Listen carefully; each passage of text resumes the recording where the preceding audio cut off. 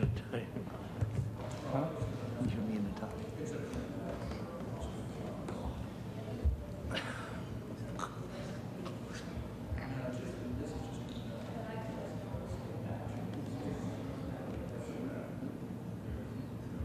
I can do the whole jacket. That's not a problem. We had to have a time. Okay, it's time to get started. I will call this special meeting of the Lawton City Council to order.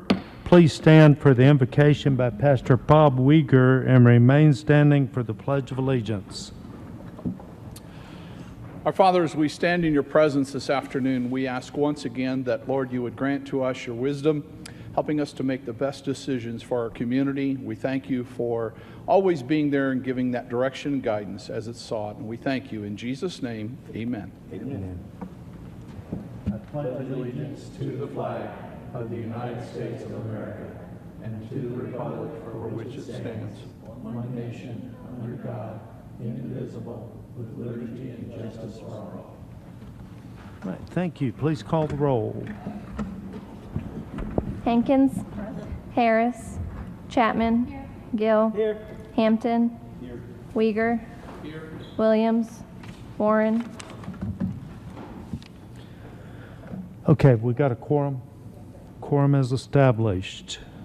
Unfinished business, item 1, consider waiving Council Policy 1-6 to reconsider an item within 6 months. Consider rescinding Resolution Number 24187, which declared the structures located at 1913 Northwest Lincoln Avenue a dilapidated structure and take action as deemed necessary. So the first thing we need to do is decide if we want to reconsider. And so I will need somebody to make a motion to waive the rules. Is that right? That's correct, Mayor, but unfortunately, we have to have six. So 2/3. Yeah, so we're Okay. going to have to table this. Okay, so it's automatically tabled since they are not here. If somebody shows up, we'll deal with it. Which brings up business item. Mayor, can we table it to the next council meeting, to October 8th? It's automatically tabled, but I'm not going to table it yet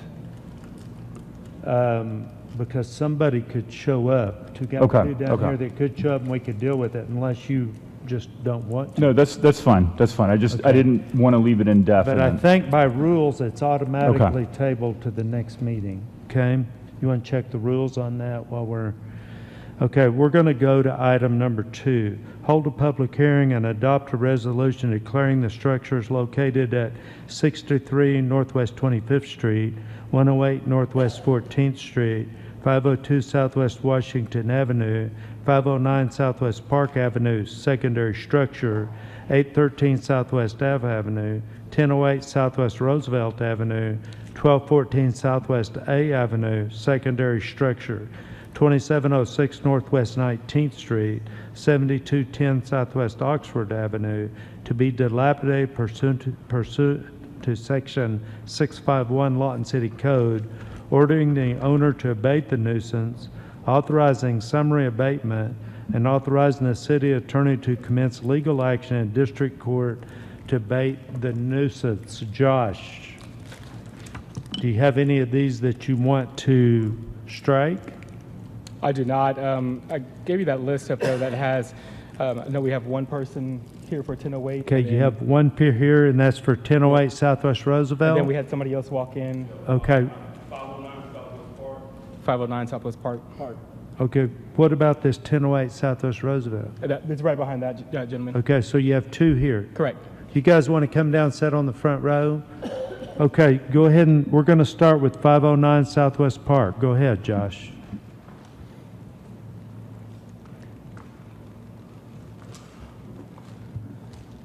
Okay, give me just 1 second. We'll get through these real quick. All right, 509 Southwest Park Avenue, secondary structure. Active water account on the main structures. Fire date of March 7, 2000. I think it is. I'm just not close enough.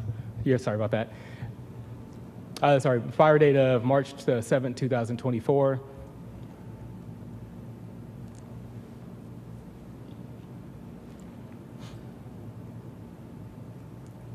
Posted on this property September 11, 2024. Any questions? Seeing none, I'll open the public hearing. Anybody wishing to speak on 509 Southwest Park Avenue secondary structure, please come forward at this time. Yes, sir. My name is Charles Calvin. I'm speaking for Vincent Lewis, the property owner. I'm actually the manager of the little apartment complex. And As I'm you've going seen, to need your address. Okay. Charles Calvin, 1344 South 4th Street, Duncan, Oklahoma. Oh, thank you. All right. The house burned in March of this year. We haven't had a chance to go in, but we've had a couple of estimates come in to rebuild the home. About a month ago, they asked us to board it up to where people would quit going inside of it. As you can see, we boarded up all the windows on it. We're just asking for a few more months for us to find us a proper person to come in and get it rebuilt up for it. We don't want to tear it down because they didn't condemn the property. They're saying that we can rebuild in there, and that's what we would rather do is continue to have an income out of it. If you can tell by the front apartments, we've been working diligently on redoing everything to them, fixing them up. I've been working on the insides and trying to keep, Okay, in particular, what are you doing to this property? Right now I'm waiting on a bid from 5 Star Remodeling out of Duncan, Oklahoma. They're gonna come in and we're gonna clean the inside up, get the smoke damage out, and rebuild. There's only the front room right here where the burn mark is right there, and a little bit of the kitchen, really, that's all that's messed up in there. March of this year, yes, sir. So that's been 6 months. Yes, sir. What have you done? We cleaned it out and boarded it up to where it wouldn't be a danger to people. And people can't, because we know how that area is, so people can't go in there and try to live or steal anything out of it. All right, so my guess is the council's going to put this on the D&D because our job is public safety. And my guess is they're going to put this on the D&D, and what that means is you'll have 6 weeks, which is 30 business days, to pull a remodel permit. Okay. And then you can get to work on it, and it sounds like you want to remodel Yes, it sir. and make it livable and safe. Yes, sir. And so our goals are the same, All right. but we're just, if the council chooses, you'll be put on a timeline. Okay. Means put a little pep in your step. Yes, sir. So you might need to give this one priority over Okay. the other ones. Yes, sir. Is what it means. Yes, sir. Now, council, do you have any questions? Do you have anything else you want to tell us? No, sir. And if Okay. we come, and I will say, he did tell me to tell y'all that if we do come to the conclusion that it's going to be too expensive to do, we will tear it down. So, we do understand that it's going to be either or. Okay, it's either remodel it or get it tore down for y'all. And Mayor, if I could just add, sir, if you do decide to tear it down, you'll get 30% off your landfill gate fees if you do it yourself. All right, cool. Thank you. Okay, now, is there anybody else that wants to speak on 509 Southwest Park Avenue secondary structure before I close the public hearing? Seeing none, I'll close the public hearing. Council? Mayor, I excuse me. I move to approve a resolution declaring the structures on this property a dilapidated public nuisance and authorize the abatement thereof as set forth in the resolution. Second. Have a motion and a second. Discussion or debate? Please vote.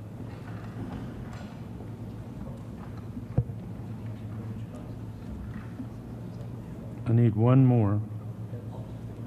Okay, motion carries 5-0. Bringing up 1008 Southwest Roosevelt Avenue. Josh? Just one second.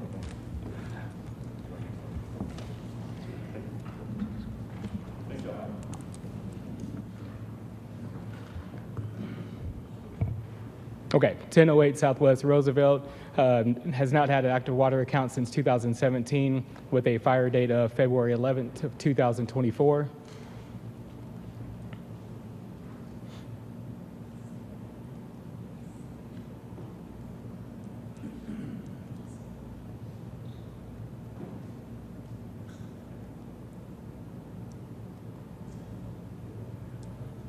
Posted on this property is September 11th, 2024. Any questions?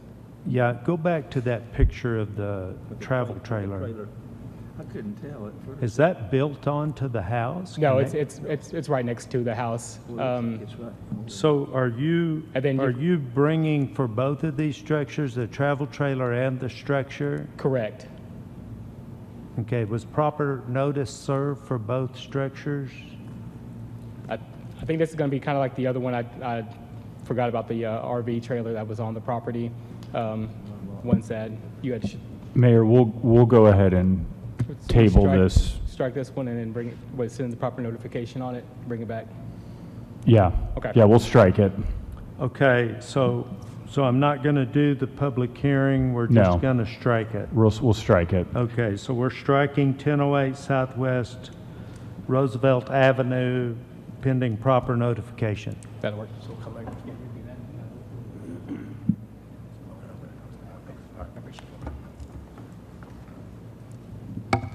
Okay, are you ready? We're going to start at 63 Northwest 25th. Yes, I'll get right Okay, back over let's to make these. sure that, sir, what property are you here to discuss? I spoke with him earlier. He said he's just here. I spoke with him earlier. He said he's just here to attend. Okay. All right, so we don't have anybody here for other items? Okay. Josh, 63 Northwest 25th Street.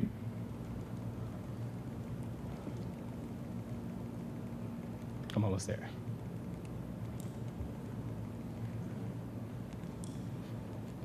Okay, 63 Northwest 25th Street, a no active water account since 2023, the fire date of July 7th, 2024.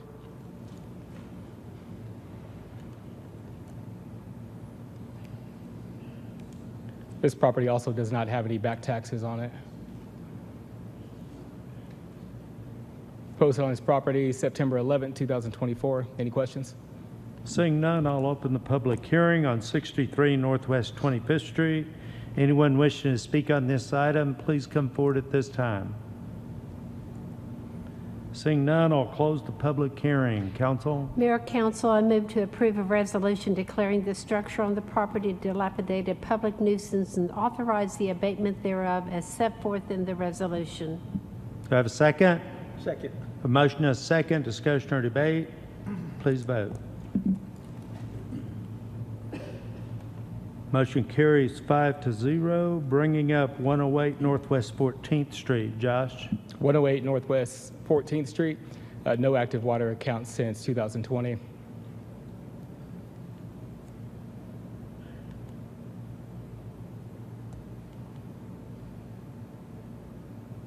This property also has back taxes from 21, 22, and 2023. Posted on this property September 11, 2024. Any questions?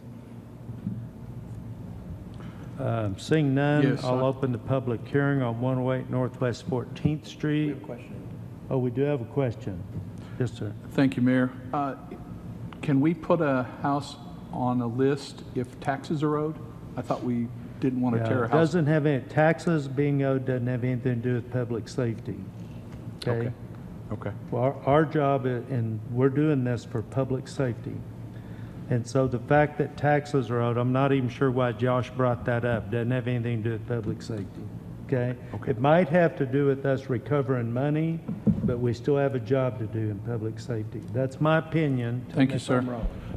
Mayor, I agree that it doesn't have anything to do with public safety, but it does have to do with cost recovery. And so I've asked Josh to include that information because we know that when we demo these properties, the likelihood that we'll be able to collect our demo lien, our boarding, our weed and mowing assessments goes down exponentially. So I just want council to have that information, to consider it when determining whether or not to place it on the list. So maybe we can get a presentation, or maybe you can tell us now what our rights are once we file a lien and if it goes to a tax sale.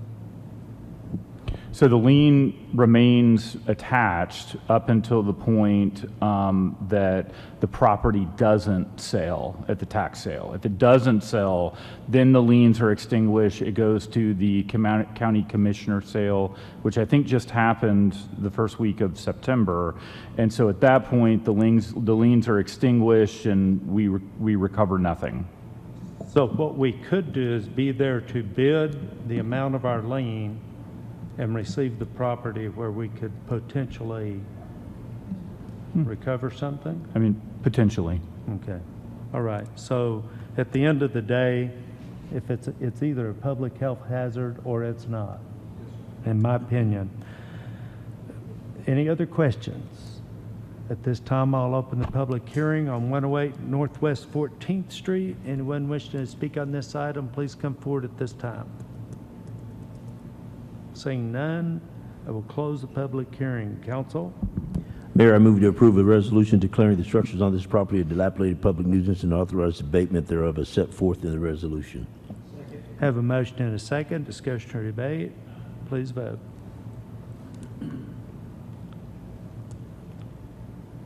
Need one more. Motion carries 5-0. Bringing up 502 Southwest Washington Avenue. Josh? 502 Southwest Washington Avenue, no active water account since 2021. Post on his property, November 11, 2024. Any questions?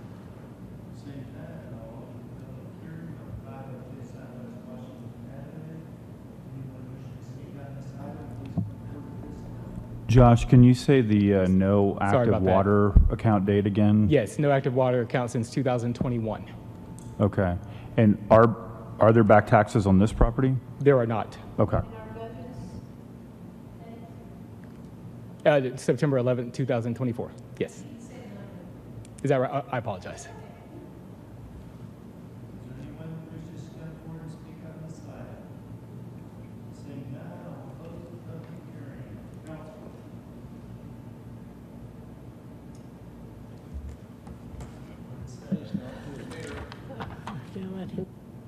Yes, Mayor, I move to approve,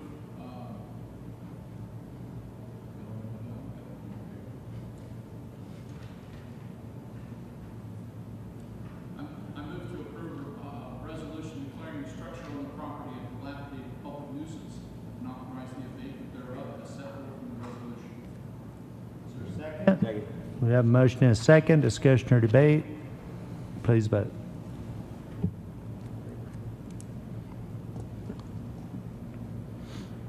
Motion carries 5-0. Bringing up 813 Southwest Staff Avenue. Josh?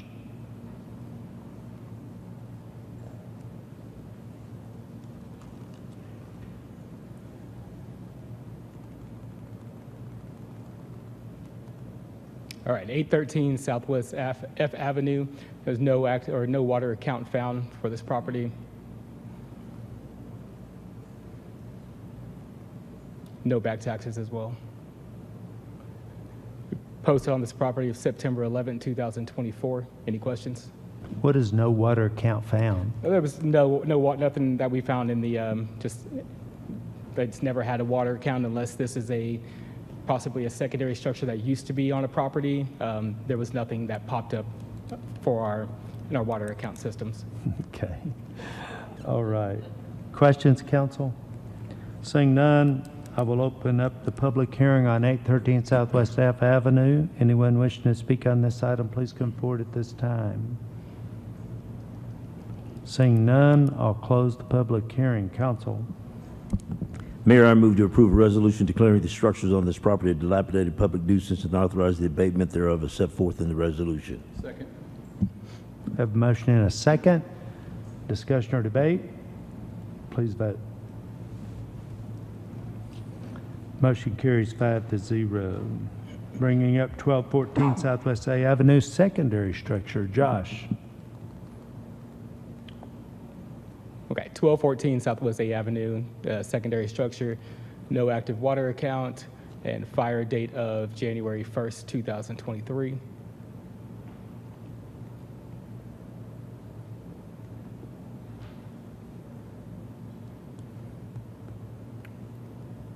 Posted on this property is September 11, 2024. It does have some back taxes from 2022 as well as 2023. Any questions? Seeing none, I'll open the public hearing on 1214 Southwest A Avenue, secondary structure. Anyone wishing to speak on this item, please come forward at this time. Seeing none, I will close the public hearing. Council? Mayor, I move to approve a resolution declaring the structures on this property a dilapidated public nuisance and authorize abatement thereof as set forth in the resolution. Second. I have a motion and a second. Discussion or debate? Please vote.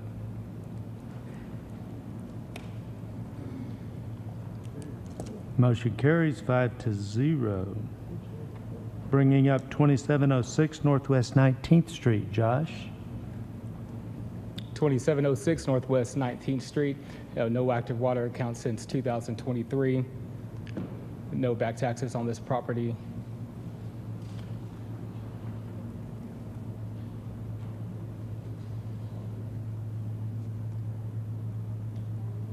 Posted on the property September 11, 2024. Any questions?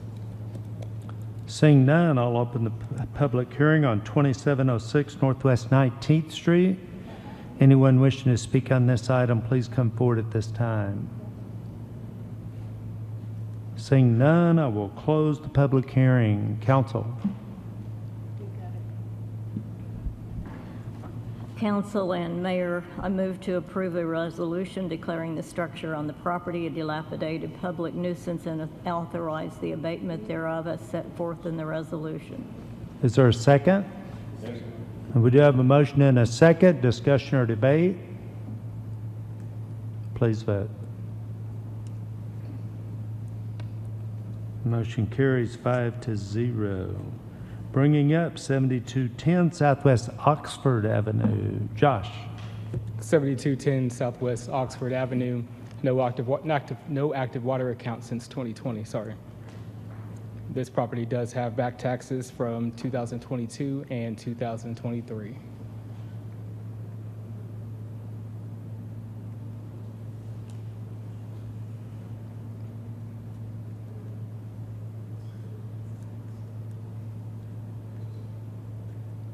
Posted on the property September 11, 2024. Any questions?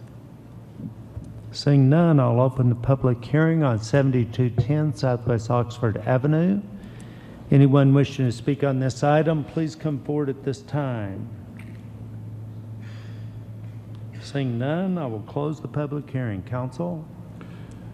Yes, Mayor, I move to approve resolution declaring the structure on the property a dilapidated public nuisance and authorize the abatement thereof as set forth in the resolution.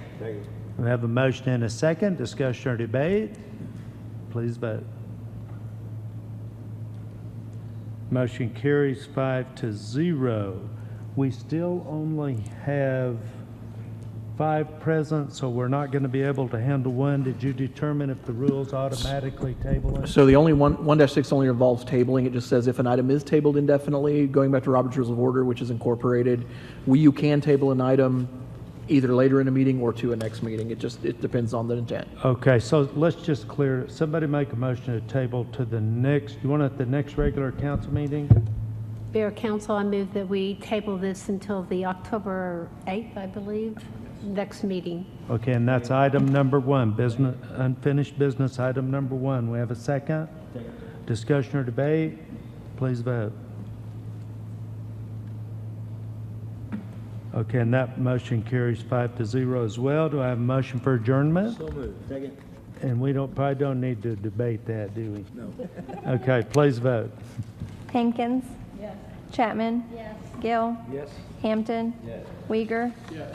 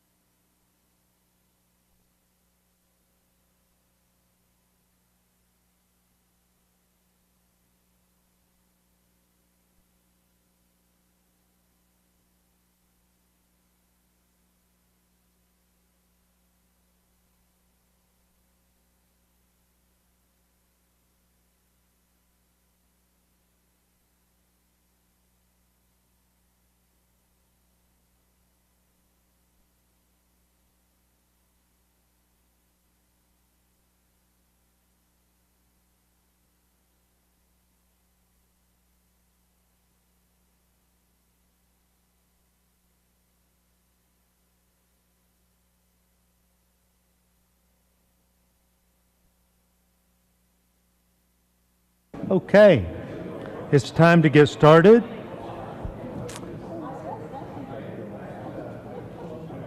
Are we ready? Okay, at this time I will call the special meeting of the City Transit Trust to order. Please call the roll. Hankins. Harris. Chapman. Gill. Hampton. Uyghur. Williams. Present. Warren.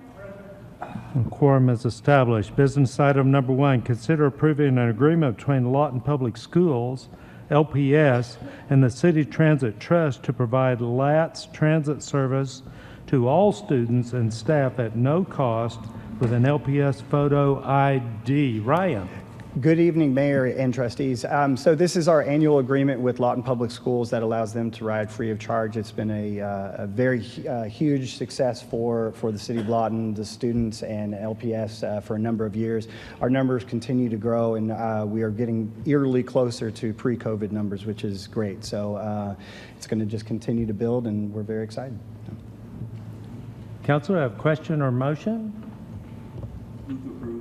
Have a motion for approval, is there a second? We do have a second. Discussion or debate?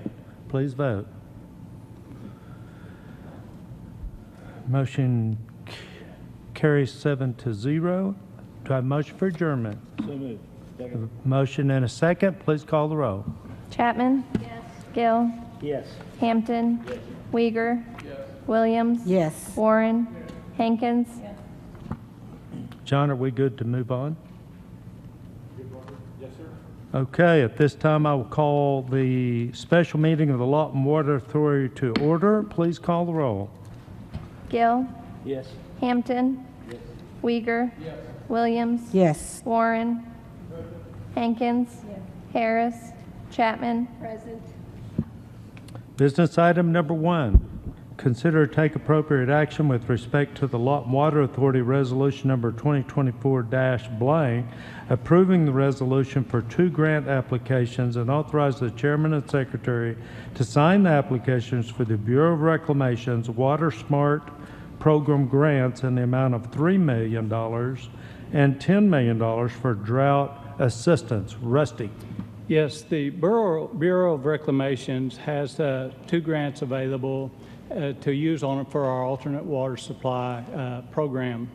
And there's a $3 million grant with no matching requirement and a $10 million that has the potential of it's a maximum of 25% matching funds for drought assistance. So we're needing authorization to apply for these grants. These grants will be used for the alternate water supply and help offset some of the costs for that project. Council? Sounds good. Move to approve. Motion for approval and a second. Discussion or debate? Please vote. Thanks, Rusty. Motion carries 7-0. Bringing up item number 2. Consideration and action upon a resolution authorizing and approving the incurring of indebtedness by the Lawton Water Authority, herein the authority, to be accomplished by the issuance of its line of credit note, Series 2024C, or other evidences of indebtedness in one or more series on a tax-exempt or taxable basis at a premium or discount and the aggregate principal par amount of not to exceed $10 million, the note, for purpose of securing funding for the closure and post-closure cost estimates regarding the statutory required financial assurance mechanism for the City of Lawton's landfill facilities as required by the Oklahoma Department of Environmental Quality, said facilities being part of the utility system of the authority within the City of Lawton, Oklahoma, the city, and pay cost of issuance related thereto, approving the award of the sale of said note on a negotiated basis, waiving competitive bidding in regard to the sale of said note, approving and authorizing a sales tax agreement, the sales tax agreement, by and between the city and the authority pertaining to a year-to-year pledge of certain sales tax revenues, approving and authorizing execution of a line of credit agreement, the line of credit agreement, a loan agreement, a security agreement, a note purchase agreement, and any other documents related to this transaction, approving disbursements of the proceeds of the note, authorizing and directing the execution of the note and other documents relating to the transaction, authorizing the issuance and securing the payment of the note, approving and authorizing officers of the authority to take action and execute all related instruments and documents to effect said issuance and containing other provisions relating thereto, and the taking of other action with respect thereto. Tim. Good evening, board members. So what we're doing here, if you recall, back in July, we signed a consent order with DEQ regarding our landfill and our specifically our closure and post-closure cost. DEQ is wanting the city to show that it has the financial wherewithal to deal with the closure or post-closure cost of our landfill. This is something we're required to show. We've been using the government test generally, but that we couldn't do that because our audits got behind. It's been part of the audit issue. So what we're doing here is it's called an alternate assurance, and what we're doing is we're looking at doing a letter of credit. The letter of credit would be good for a period of 1 year. We're asking for authority to do the letter of credit up to $10 million. And so that would be the maximum amount. There will be a 2% origination fee that the bank will charge us for this. Bond counsel and our financial advisor also have a fee too. They've reduced their fee slightly because this is just a 1-year deal. There's interest, but there will be no interest. The only chance interest would occur is if something went wrong with our landfill and we had to close it and we had to deal with that, then there's interest. But we don't anticipate that we're going to have to do anything. We just have to have this line of credit in place to meet ODEQ regulations and our consent order. So there will not be interest as long as we don't draw on the line, which we don't anticipate that happening. And I believe I've covered everything. If there are any questions from the board, I'd be happy to answer them. Any questions? About a motion? Council, or authority, I would make a motion to approve the resolution authorizing and approving the incurring of indebtedness by the Lawton Water Authority to be accomplished by the issuance of a line of credit note in the aggregate principal par amount not to exceed $10 million and take all necessary action to effectuate the terms of the resolution. Second. We have a motion and a second. Discussion or debate? Please vote.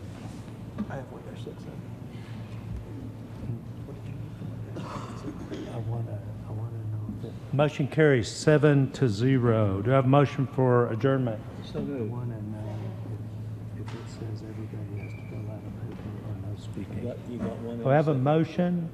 Do we get a second? Please call the roll. Williams? Yes. Warren? Hankins? Chapman? Gill? Yes. Hampton? Uyghur?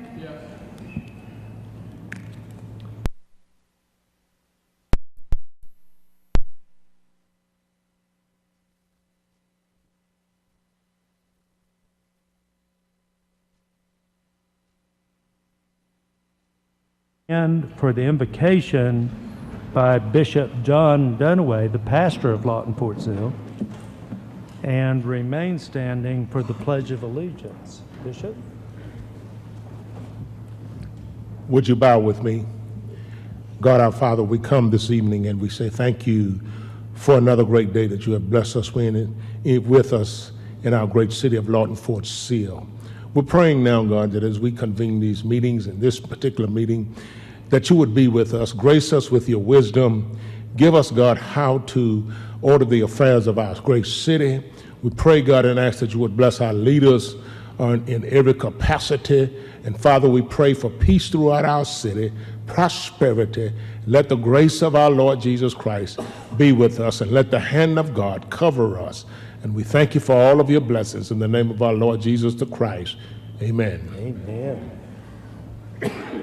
Pledge allegiance to the flag of the United States of America and to the republic for which it stands, one nation, under God, indivisible, with liberty and justice for all. Right. Thank you, Bishop. That was Bishop John Dunaway, the pastor of Lawton Fort Sill. Please call the roll. Hankins. Harris. Chapman.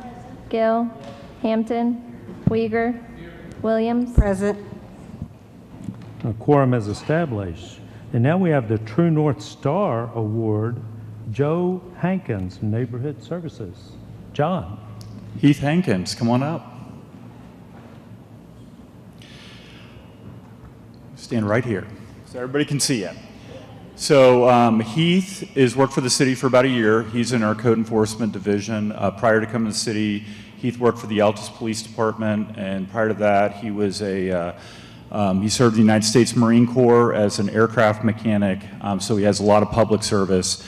And a few weeks ago, I went out with Heath on his daily rounds that he does, that all of our code enforcement section does.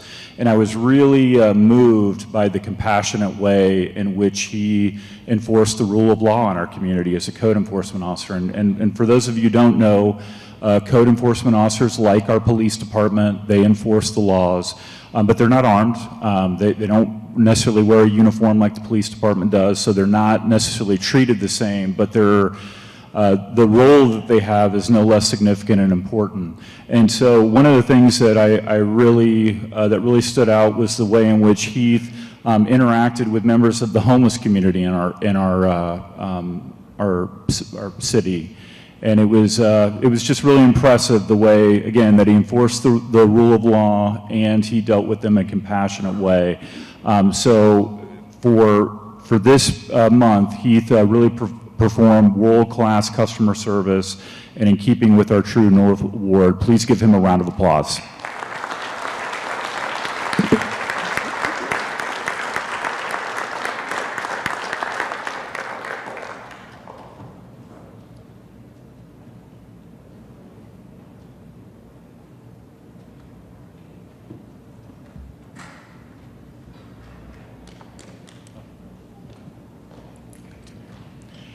Joe Castillo. Joe is receiving our Employee Spotlight Award for the month, and Joe is an engineering technician that works in the Public Utilities Department. And Joe's on his way to a job site in August, and Joe stopped because he observed a car accident. A truck was turned over on its side. And Joe came up, he did a safety assessment, made sure the individuals inside the vehicle were okay, and then he helped a husband and wife out of the vehicle through the sunroof. And I've got to tell you, this is the kind of city that I want to live in, and this is the kind of neighbor that I want to have. So please give Joe a round of applause.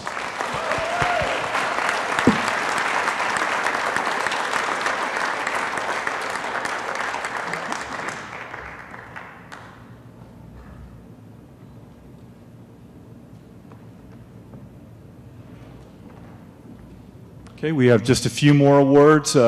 Chief Hines, will you come on down, please?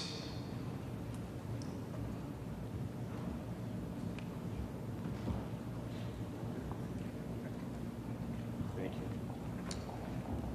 Okay, I would like to introduce, we have a couple of special guests today that have a little awards to hand out. So I've got Damon Alexander, Assistant Chief, Chickasha Police Department, and Joe Cluck, Don, Don Cluck, Chief of Police for Tuttle, and he wants to recognize our officers for the good works they've done this past year. Okay. Well, ladies and gentlemen of the council, we appreciate you allowing us this opportunity to recognize 5 of your officers that work for the town and city of Lawton. The members of the gallery, you will be impressed with the officers that are out there protecting your city. We have 5 officers. We're going to start with Sergeant Ronald DeMitt. He's receiving the Commendation Award. Sergeant Ronald DeMitt has been assigned to the Community-Oriented Policing Unit as the sole officer since October 2022. Prior to this time, the division has held at least 3 officers to fulfill all the duties and responsibilities within the unit. But Sergeant DeMitt has taken on all responsibilities and has performed exceptionally. Part of the duties include preparing and executing many events and functions that are hosted by Lawton Police Department. Some of the most successful events include the Law Police Department Citizens Police Academy, the Lawton Police Department Junior Citizens Police Academy, the Lawton Police Department Cops and Kids Poker Run and Car Show, and the Lawton Police Department Cops and Kids Picnic. The events and success of the events could not have been achieved without his efforts, and the Oklahoma Association of Chiefs of Police is honored to present Sergeant Ronald DeMitt with this commendation award.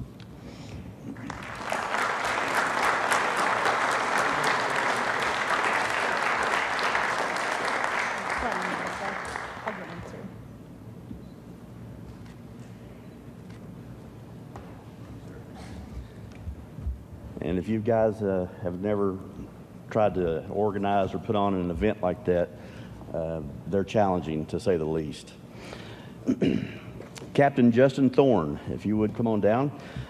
Captain Thorne has been with the Lawton Police Department for over 17 years, and during this time, he has worked in both the uniform and non-uniform divisions. He is also the commander of the bike team, the motor unit, and the peer support team, which he was instrumental in creating.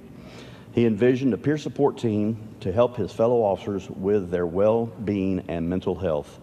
Captain Thorne developed this team from the onset, creating a policy for the team and setting up training with the Warriors Rest Foundation. He continuously encourages and supports the officers who have volunteered to be a part of the peer support team.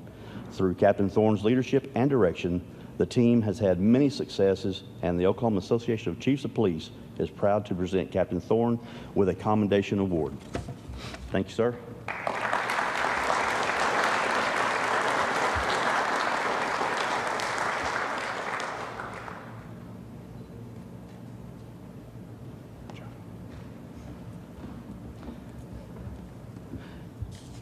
A unit like that is definitely warranted and needed these days for sure. Okay, Officers Crow and Zarin, if you gentlemen would come down.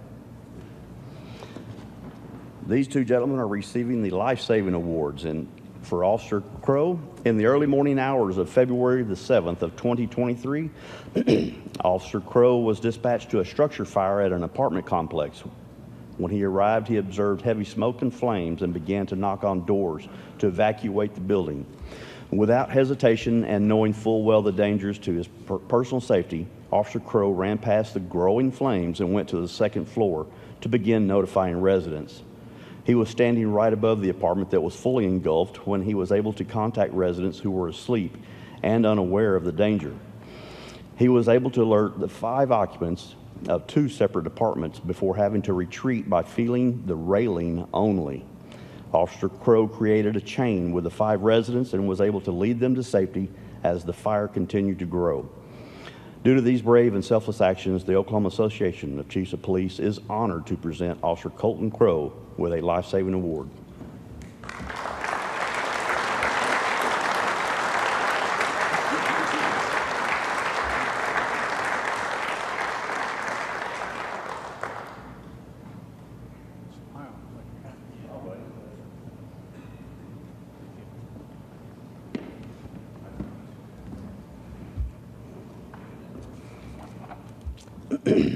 Sergeant Tyler Zarin, am I pronouncing that right? Zarin? On January the 26th, 2023, officers were dispatched to a resident for a suicidal female. Upon arrival, Sergeant Zarin was able to see the female through a window and could tell that she was face down in a bathtub full of water. He also could see a half-empty bottle of whiskey, butcher knife, and pills. Sergeant Zarin forced the front door open and pulled the female from the bathtub. She was not breathing. He began CPR. Once she regained consciousness, Sergeant Zarin continued to care for her until EMS arrived. Due to his quick actions and decision-making, a citizen was saved. The Oklahoma Association of Chiefs of Police is honored to present Sergeant Tyler Zarin with a life-saving award.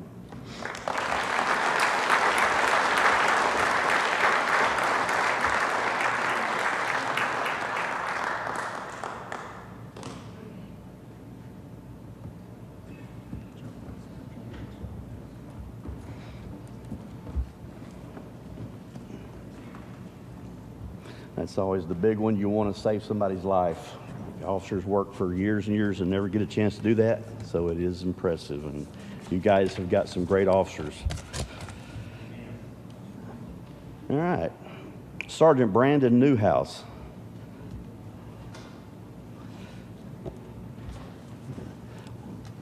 The Oklahoma Association of Chiefs of Police is honored to present the 2024 Officer of the Year to Sergeant Brandon Newhouse. This award is for any full-time Oklahoma law enforcement officer who has distinguished themselves in a commendable manner during the calendar year for which the award is presented. Is that 2023? 2024. Lawton Police Department Sergeant Brandon Newhouse is currently assigned as an evening shift sergeant and is an overall outstanding and motivated officer. He has demonstrated great leadership and work ethic in his duties. His peers look to him for guidance and knowledge in all aspects of the job, and he excels as an acting supervisor and field training officer. With all of his hard work and duties, Sergeant Newhouse has outstanding activity, to include 174 arrests, 188 reports, 962 citations, 230, that's getting it, 238 warnings in 2023 alone. He is an officer that truly makes a difference and sets an example for others to follow. He is a true leader and brings great credit to himself and the Lawton Police Department as well as the city of Lawton. The Oklahoma Association of Chiefs of Police is honored to award Lawton Sergeant Brandon Newhouse with the 2024 Officer of the Year Award.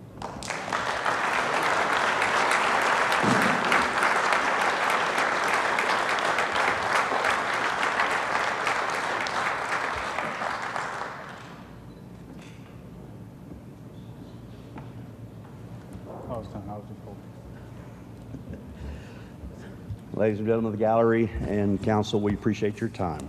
All right, we thank you for coming, and I think we ought to give all of these officers another big round of applause to let them know how much we appreciate it.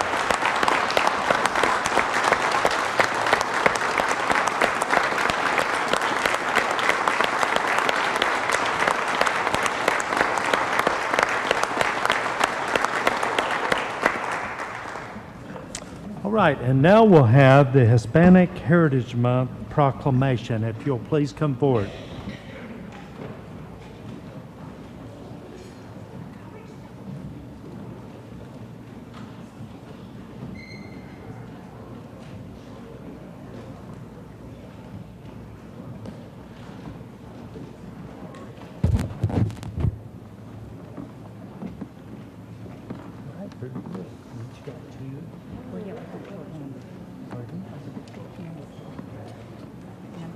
So, all right, great. I love to see the young people involved. Thank you.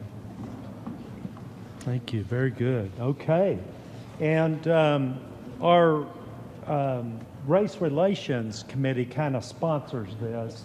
And so I don't know if that's the right word, but we appreciate our Race Relations Committee and what they do. And we appreciate these young people. Let's give them a round of applause before we start this. Good-looking group. We always love to see young people involved. Whereas each year, Americans observe National Hispanic Heritage Month from September 15th to October 15th by celebrating the histories, cultures, and contributions of American citizens whose ancestors came from Spain, Mexico, the Caribbean, and Central and South America. And whereas the observation started in 1968 as Hispanic Heritage Week under President Lyndon Johnson and was expanded by President Ronald Reagan in 1988 to cover a 30-day period starting on September 15th and ending on October 15th. It was enacted into law on August 17, 1988 on the approval of Public Law 100-402. And whereas during Hispanic Heritage Month, we take the opportunity to honor all Americans of Hispanic descent and to acknowledge their past and ongoing contributions to the success and growth of our nation, and I might add, community. Hispanic Americans are the largest minority group in the United States today, and generations of Hispanic Americans have consistently helped make our country strong and prosperous. And whereas this year's theme, Latinos Driving Prosperity, Power, and Progress in America, highlights the significant impact of Hispanics to America's economic, political, and social advancement.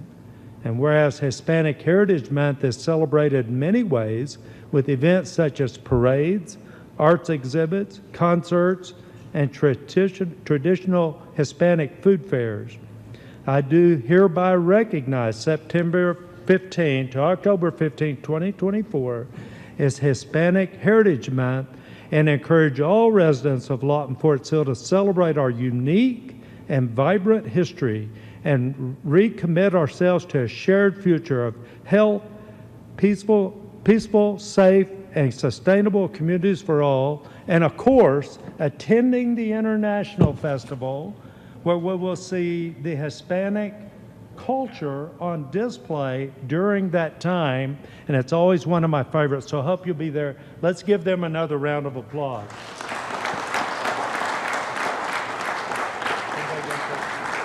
Okay, squeeze in. Come on, over this way, everybody. I'm not blocking your face. Short here. All right, what, do you have anything you want to say? No. On behalf of the Race Relations Commission, I'm Mary Fountain. Right here. Hi, I'm Mary Fountain. I'm the Secretary for Race Relations Commission. Kim Jones, who is one of our members also, she's a teacher out of MacArthur. These are her students, along with Miss Arlie Hampton here, who's also on our committee. Bishop Dunaway is our leader, we will say, because he runs our little group, and we thank you for this proclamation. All right, thank you. Let's give them another round of applause, okay? Okay, thank you, guys. Thank you. Thank you for coming. You're a student too.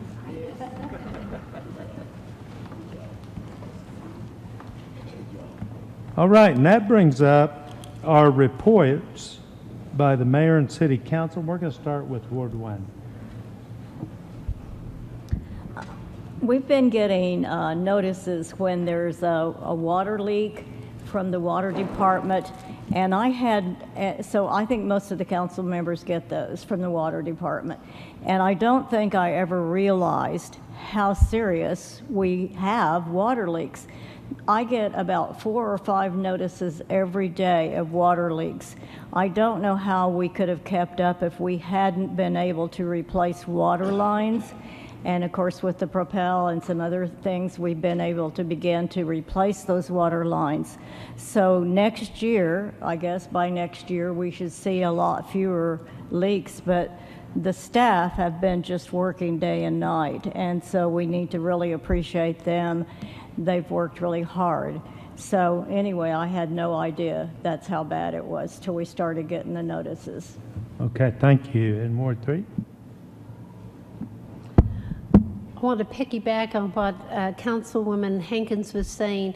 I am amazed every time I look at my email and I see the list of water repair or emergency ones also. And I try to pass that on through my council Facebook page for people who live in my ward. So please be aware of that and look for that so you can detour around those areas and know that this is progress that we're having here. Right, and Ward 4. It's hard to travel in Lawton and not see construction going on. We're spending a lot of money and getting a lot of good things done for Lawton. Rusty's got projects putting in sewer and water lines all over town, and we've got other projects going, putting roads in all over town. By Thanksgiving of this year, we will have 40 roads, as we promised last year, Council. And everyone up here is responsible for that. And the mayor pushes us hard on this. He doesn't give us any slack. We're going to do another 40 next year. Or more. All right, Ward 5. As you know, Farmers Market, I had some homemade cobbler with a la mode. I don't know if you know, they have a vanilla ice cream. Delicious, delicious stuff. Also, I got to talk to a lot of people and engage you with a lot of things. I want to encourage you to go to the farmers market. It's becoming a town square sort of thing. Also, I want to just mention something close to my heart, and that's historical preservation. You know, without history, we have no identity. And it gives us all a sense of community to know our history. And I want to commend the city manager and his team for all their efforts in the preservation and taking care of our historical artifacts and those things. Thank you, City Mayor, and thank you, Mayor. All right, and Ward 6. Thank you, Mayor. I'd just like to encourage everyone, be patient as you travel, especially down Cash Road. As we've talked about the construction going on, great projects. It's going to be wonderful when it's all done, but please be careful as you're going through neighborhoods. I know some citizens have shared with me that in Ward 6 we're having people that are cutting through side streets. Please be aware there are children out playing, and the last thing we ever want to happen is for one of those children to become a casualty. So thank you. Amen. Thank you. Ward 7. This Thursday, September the 26th, at Johnny Cook's Barbecue, which is located 1310 Southwest 21st Street. That's right off of Lee Boulevard. From 10:30 a.m. to 2:30 p.m., I'll be having a campaign drive along with the Executive Director of Senior Citizens of Creative Living, Mrs. Candace Hammond. Also, Ambucks will be on site, Mr. Guy Green. We'll be taking applications for seniors who are 55 and older. You know, you can sign up for the free meals at the Senior Citizens Center of Creative Living. The meals are served Monday, Wednesdays, and Friday from 11:30 a.m. to 1 p.m. Also, Ambucks build free wheelchair ramps. So you can put an application in case you need free wheelchair ramps. And that's for any age. If you may have a disabled child, if you need one, you can sign up for that. Also, the first 15 applicants, you will receive a free lunch. If you have not had Johnny Cook Barbecue, you are in for a treat. Thank you. Okay, Ward 8. I got hung up on Johnny Cook's Barbecue. I'm sorry. Go ahead. Ward 8. I'm right there with you.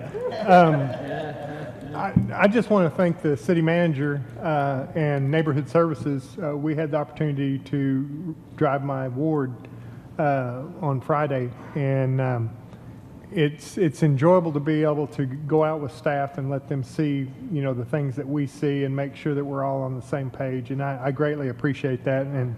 And I think we saw some properties that needed some attention. I would mention to the citizens that one of the biggest things that we really saw was people putting out bulk trash on days that aren't the bulk trash days.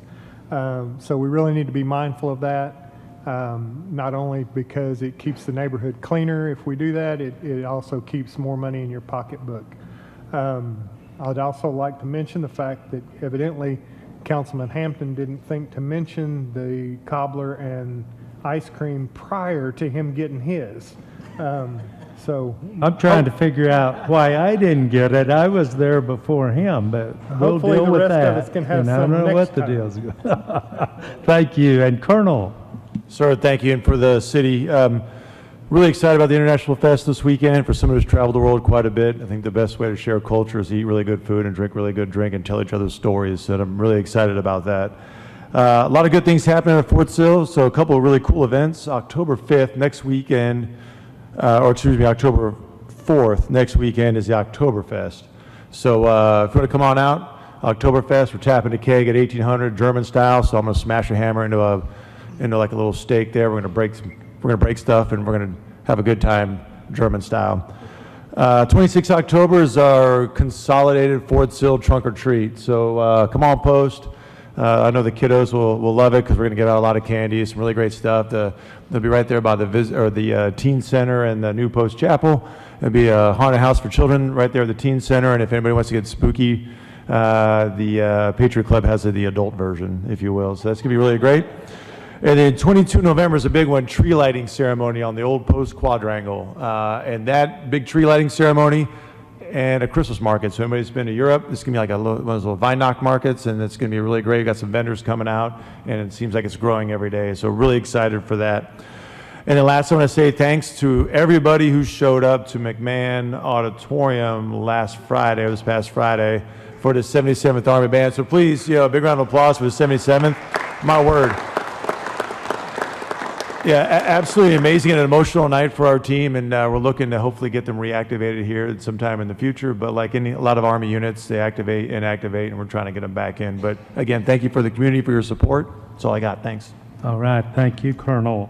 And this has been my first opportunity to say thank you for bringing myself and Councilwoman Hankins back for our final 3 years, because we are term limited, so this will be it. And I appreciate those that are continuing to run in the runoff for Ward 2. And I do appreciate people putting their name in the hat instead of sitting on the sidelines and complaining. So for everybody that ran, thank you for being a part of the solution instead of sitting on the sidelines. Now, I also want to say that the CIP, Propel 2040, you may have heard of it, passed handily, and it shows that our community has a passion for progress, and that is the citizen, they voted for it, it's now the citizens' Propel 2040 CIP. And you would be amazed at the discussion going on through the staff about how to get things going faster. And the whole theme is the citizens voted for it, we need to get it done. And I'm going to say that it's the goal of this council and the staff to build faith in the community and trust in the community by bringing things as fast as possible, fast as humanly possible. That's faster than municipal possibility. Because we want to show you we can do it, because in 5 years, there's going to be another mayor and council that are going to bring you a CIP extension. We're going to do our part to build trust so that you will vote for that CIP and continue this passion for progress. And with that, we'll move on to audience participation. Lawton citizens having an item of business to present to the City Council that does not appear on the agenda, please come forward at this time. The mayor and council will receive comments from audience members. Council may recommend to the individual or group as to what action they should take. Refer the situation to a particular department or person at city offices. In order to participate in audience participation, each speaker must submit a request to speak form to the city clerk and must reside within the city limits of Lawton. Each speaker will have a 3-minute time limit, and each topic will have a 9-minute time limit. And audience participation will be limited to 30 minutes in total. Each participant is required to adhere to the rules of decorum outlined in Council Policies 1-6. And since I did not announce beforehand that you have to fill out a form, I'm going to open this up if somebody wants to come and speak on audience participation at this time. Okay, seeing none, we will move on to the consent agenda. The following items are to be considered routine by the City Council and will be enacted with one motion. Should discussion be desired on an item, that item will be removed from the consent agenda prior to action and considered separately. Council, I have no requests to pull anything. If you have a request, so state, or otherwise give me a motion. Mayor, council, I make a motion to approve the consent agenda as presented. I have a motion and a second. Please call the roll.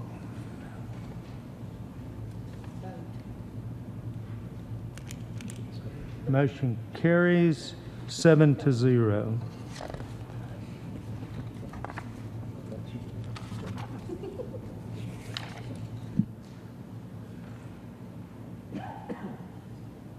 Okay. We've got quite a few people here tonight. If there's something in particular people are here for, we might move it up. If you want to come up and tell the clerk why you're here, we may be able to move the item up if people are here for a particular item. But we'll start with 18. Consider approving Council Policy 1-14, Customer Service Policy, which seeks to establish standards and expectations in accordance with the True North Culture Statement for delivering exceptional service to all citizens, businesses, and stakeholders interacting with the City of Lawton, allowing for floor amendments and take action as deemed necessary. Dwayne. So Mayor and Council, the customer service policy that you have in front of you is designed to be a council policy. It establishes clear standards for delivering exceptional service to all citizens, businesses, and stakeholders. The policy is designed to align with the city's True North culture, prioritizing service to citizens with a focus on quality, transparency, and community well-being. Some of the key principles that you'll find in the policy revolve around citizen-centric approach, where all actions center on enhancing the citizens' quality of life. It also talks about world-class customer services, which is becoming more and more part of the culture of what we do here within the city and as we interact with our citizens and in local businesses as well. Another key principle is the business-friendly environment. This is designed to hold ourselves accountable with our contractors that we interact with, as well as our own staff, to make sure that we're complying with the same standards that we expect of the people that we do business with. If you come into this community, there's certain things that you have to do, requirements that you have to meet, and we want our own staff to be able to meet those same qualifications and uphold those standards as well.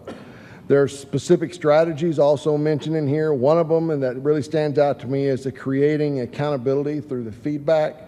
That allows us to continue to improve and it gives us an opportunity to grade ourselves on how we're doing. And then also there's a complaint section in there. How do we handle complaints? Promptness in getting to those.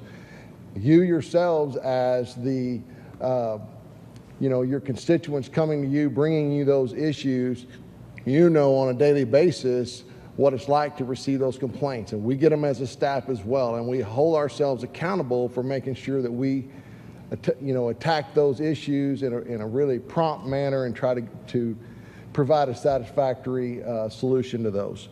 So that's a part of it as well. But all in all, the policy ensures a citizen-first approach. It fosters trust and efficiency and a business-friendly environment, and we strongly encourage you to support putting this in play. So I want to make a comment before, as we get started here. I'm very proud of how the staff has really embraced the True North culture statement. And I think it was about a year and a half ago, I think it was March, a year and a half ago, that we put it in place, something about that. And I'm going to tell you, for the staff to embrace that and for it to really make the difference it's making and start changing the culture that fast is amazing in an organization this size. And I'm very proud of the staff. But then to top it off, the staff brings this customer service policy. Now that's huge.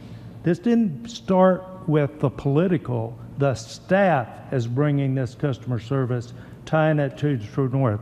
I think that's huge, and I think it's a big step forward. I think we ought to give our staff a big round of applause for doing that. So obviously, I'm supportive of this. Are there any questions or comments that you want to make? Yes, City Manager. Mayor, I just have a quick comment.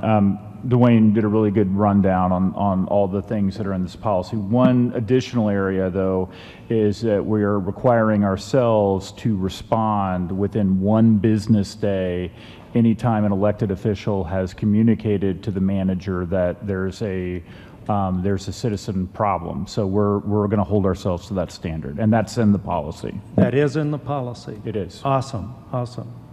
Mr. Warren. I just wanted to comment that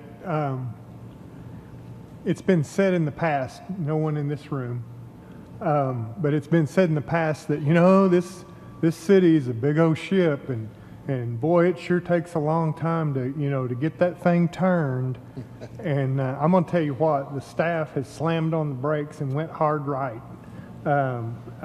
This is amazing. It really is. Unprecedented for things to change the way they have changed, and for staffs and council to have embraced it and everybody work together. It's really amazing. I'd make a motion that we approve this. Thank you. We have a motion and a second. Discussion or debate or final comments? Please vote. All right, motion carries unanimous 7-0. Thank you, guys, and thanks to the staff once again. Mayor, can we move out of order and consider item 22 before item 19? We have an external vendor here to present on some software that our emergency communications department would like to purchase. Okay, item 22, receive a presentation and consider approving a new call handling software for emergency communications department to enhance the processing of public safety emergency and non-emergency calls for the citizens of Lawton and Comanche County. Jessica. Mayor, Council, thank you. A little over a year ago, I was doing some research and I stumbled upon a webinar, and it featured some AI capabilities that our vendor that we currently have with our call handling solution offered. I reached out to them and I asked them if this was something that we could add on to our current call handling solution. And they very promptly told me no, that what we had was simply an out-of-the-box solution and that we would have to look at some of their other softwares. Well, I didn't want to just move forward with that without being diligent, doing some research, asking around, visiting exhibit halls at some of our national conferences. Last year it was at Nashville. This past year it was at Orlando. And so that sent me on that track. And I demoed a lot of companies, and staff has also demoed them along with me, and we've narrowed it down to Carbine. So here with me today, I have Thomas Marsh with Carbine. We'd like to share a short video with you guys and then also give just a general preview. Thank you.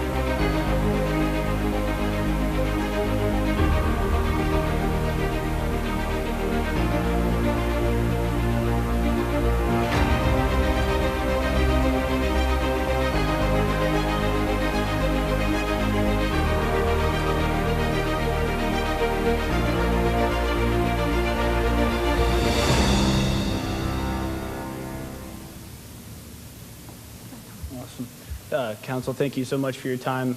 Like Jessica mentioned, my name is Thomas Marsh. I live in Fort Worth, Texas, so about 2.5 hours away. It's a pleasure to be here.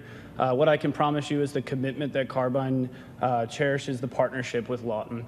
Our goal is to provide a platform that is going to empower our call takers and first responders to keep your community safe and empower your citizens to feel safe in their community. Our platform is a proven solution. What we showed you here today with the enhanced functionality and features is the platform itself will reduce response time and streamline communication. This platform is proven across the country as well as across the world. We're in areas such as Atlanta, New Orleans, Ottawa County, Oklahoma, and throughout the U.S. as well. We are committed to be with you all throughout this partnership. We have a 24/7 knock to support Jessica's team. So whenever there is anything that is needed, we're there to deliver as a company and as a partnership with Lawton. Mayor, do you guys have any questions? Questions, Council? Yes, Mr. Warren. I just had a really quick one, just trying to read between the lines. Is there the ability in the future to do drone dispatch for Overwatch?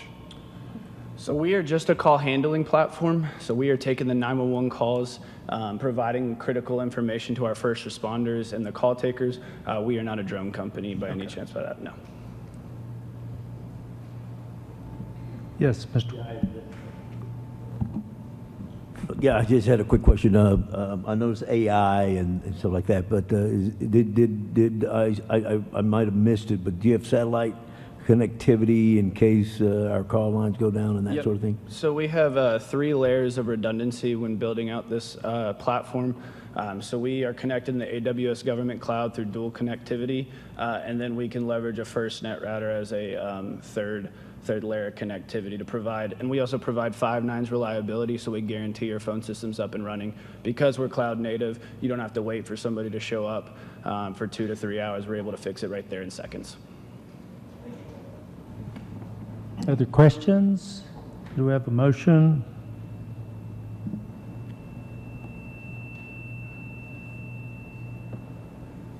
Mr. Warren? Oh, I'm sorry, I was reading. I was trying to figure out for sure what we wanted to do. I'd make a motion to approve. Is there a Move forward. second? Second. We do have a second. We have a motion and a second. Discussion or debate? Please vote.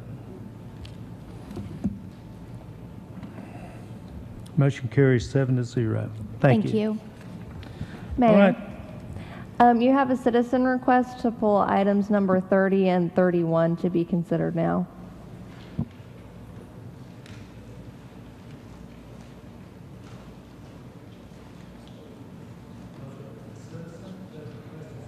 Citizens?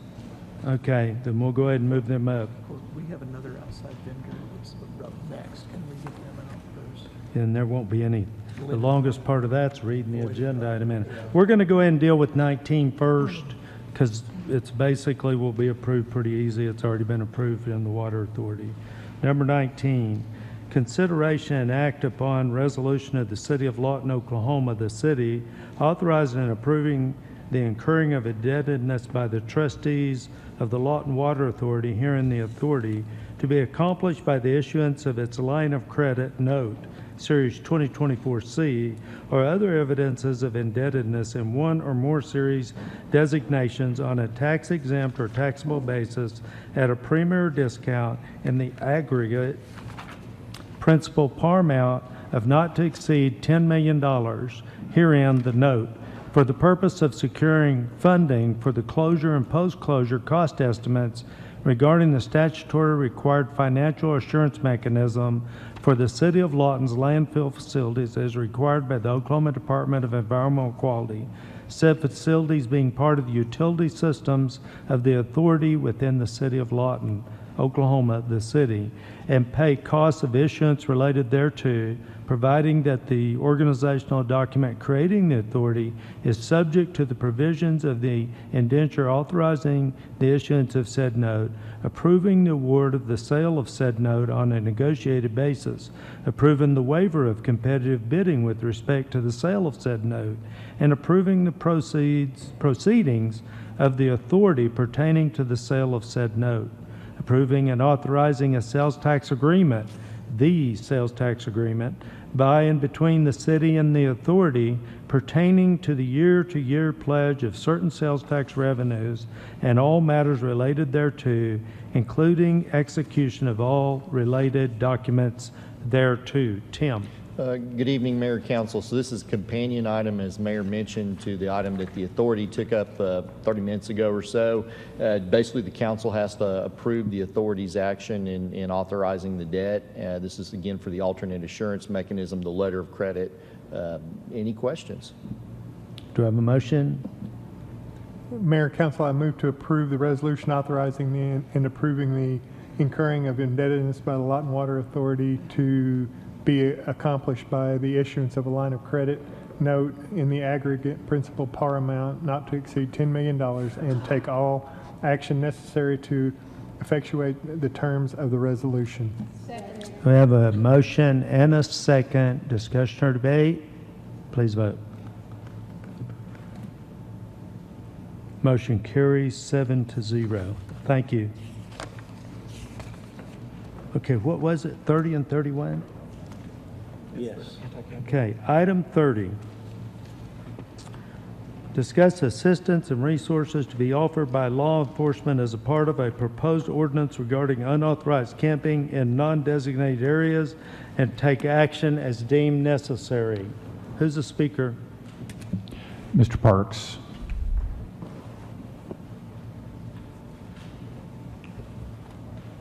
Good afternoon, Mr. Mayor, City Council. What I'm here to brief tonight is selecting Olson Park as an outreach park for this ordinance if it passes. This park was selected because, quite frankly, right now, a lot of our homeless population utilizes this park anyway. It is a pocket park. And by NRPA standards, it is the exact size. The location is perfect because it is near all of those outreach agencies that many of our homeless need to provide a hand up and not a handout. As you can see where it's located, it's near the Salvation Army. And I did do some research and go down and visit the leadership in the Salvation Army. There's a husband and wife team down there, Brian and Tracy Brindley, and they provide a lot for our homeless population that is there right now. You can see that it's near the Salvation Army, and it's located on 1306 Southwest E Avenue. Emergency and temporary shelter is there, housing. Also, they have a food pantry, hygiene. They provide hygiene items and transportation if they need it. Also, in walking distance, you have the Hungry Hearts Feeding ministry that is there. They provide meals to the homeless. Hygiene items also, and help and prayer.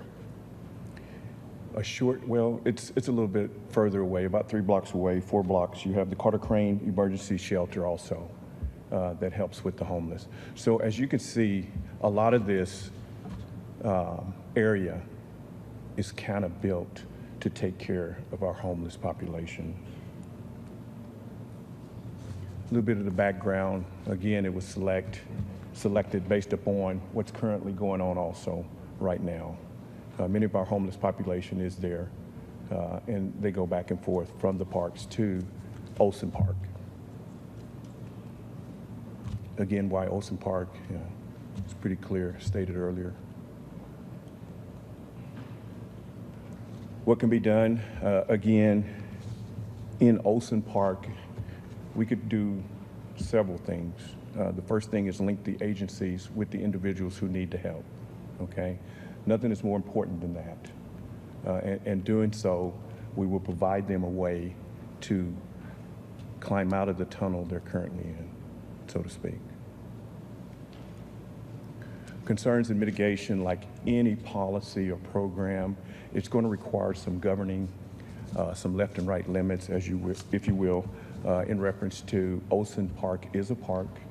It will need to be maintained, okay? The parks close at 11 and 6 in the morning. They open back up, so we will need some form of security and governance from local facilities, that being our police department, security during the time periods throughout the night for this, okay?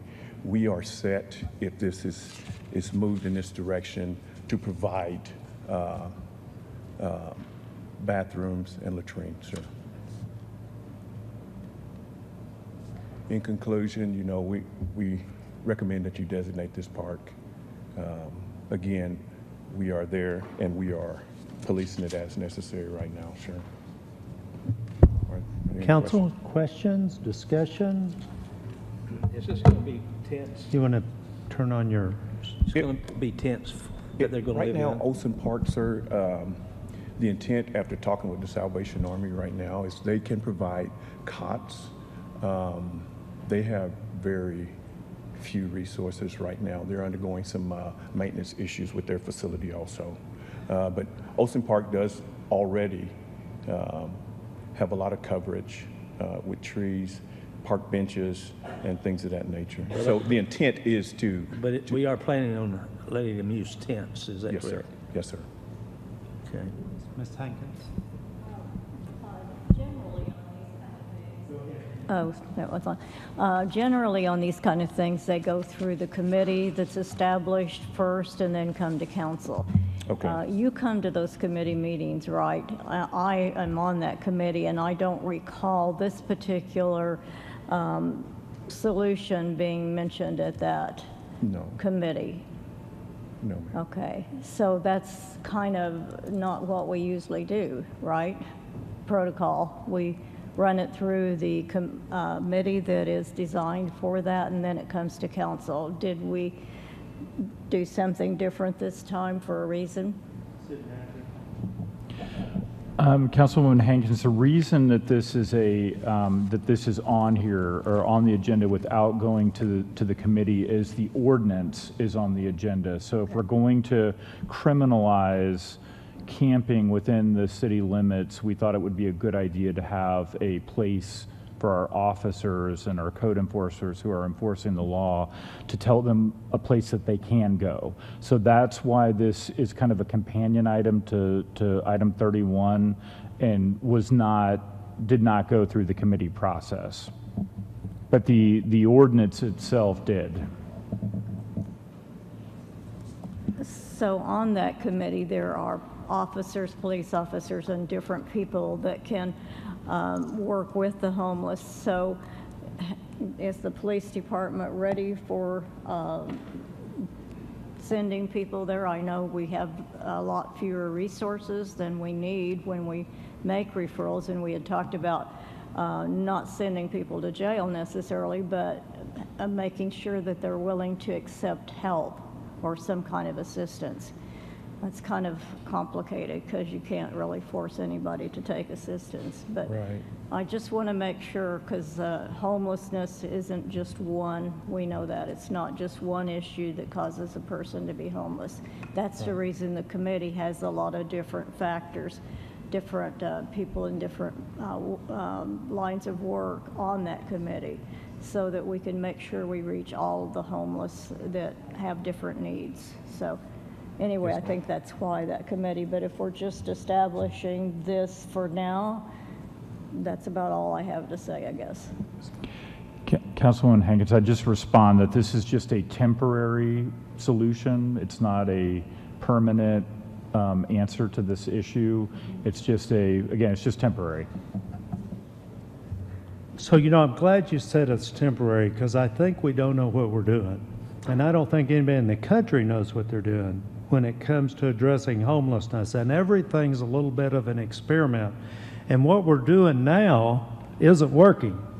But I don't know the answers. And if the council chooses to designate this one park and go this way, I think they need to be ready the staff is the one that's going to see it, and possibly the council person for that ward. And they need to be ready to bring those solutions back as quick as possible, probably to the committee, just like Ms. Hankins says, that we've got a committee for a reason. But I also think that we've got to, and I'm sure this is already happening, our police officer offering the places where there are different kinds of help. And if I'm not mistaken, I asked Gary Brooks to be here, and I want to understand, if you would come on up, please, Gary. I want to understand what we're doing with, I think it was MITE, is the organization that we used HUD ARPA funds to buy a school. Can you talk to us about what we're doing? Then I'm going to have a follow-up on that. Where we're at on that is the purchase of the property is basically legal found about a week ago, a mortgage on the property that requires a mortgage release that should be taken care of by Friday. The purchase at that point will just be a matter of completing it. So we're there. It's next week, I think we'll be in the process of expending the funds. So and I didn't see exactly on that map how far that was. I think it's blocks from where the day center is going to be. What is that, E? Yes. It's on the other side of the tracks. So it's not far. I think that's very interesting how close it is to the day center and how it works with all those other agencies. The day center that we looked at in Norman had tents within 200 feet of the day center. I don't know how that, I haven't been there since we looked at it, but I don't know how that was working up there. But it seems interesting, and I do understand everything is temporary. This is a park, but we don't own it. I mean, they just calling it a park, but it's private land. It is. Well, if there's a mortgage on it. No. No, we own Olson Park. That's city-owned property. Okay, that's what I heard him say, that there was a mortgage. Yeah, the school, we're in the process of purchasing the school at 1502 Southwest I. That's the day center, and we're purchasing it with Home Art funds, and it will be purchased. And who is we, the city? City of Lawton might. Okay. It's a Home Art grant that was granted in 2021, and the completion of that is, the allocation was approved in March of 2022, I think, and it's just been it's been a long process, but we're there. No, please don't leave. I'm not. Bernita Taylor, I'd like for you to just discuss, and I think all this is important, it's going somewhere, because we have to address this homelessness together as a community, and we can't have a fractured response. So please tell us what your plans are over there. So, to the council and everyone here, what we're doing did not start yesterday. It started 2 years ago. And we have spent 2 years meeting once a month in this facility, trying our best to come together and collectively use our resources, our talents, our treasures, and our time to be able to address the issues that exhibit themselves with those experiencing homelessness. It is not a new issue, it is a nationwide issue. It is not unique to Lawton, but Lawton has to have its own unique way of addressing it. And so what we have done is brought everyone together to come up with unique ways to addressing it. At this day center, these same people have already committed to work in that building to make sure that we are pooling our resources, our talents, and our time to ensure that we are giving all kinds of assistance to any need of anyone experiencing homelessness. We must understand that homelessness affects children, families, those who have found themselves in a place of addiction, depression, mental health. It is a very major thing that requires many resources. When we talk about the park, yes, the park is close.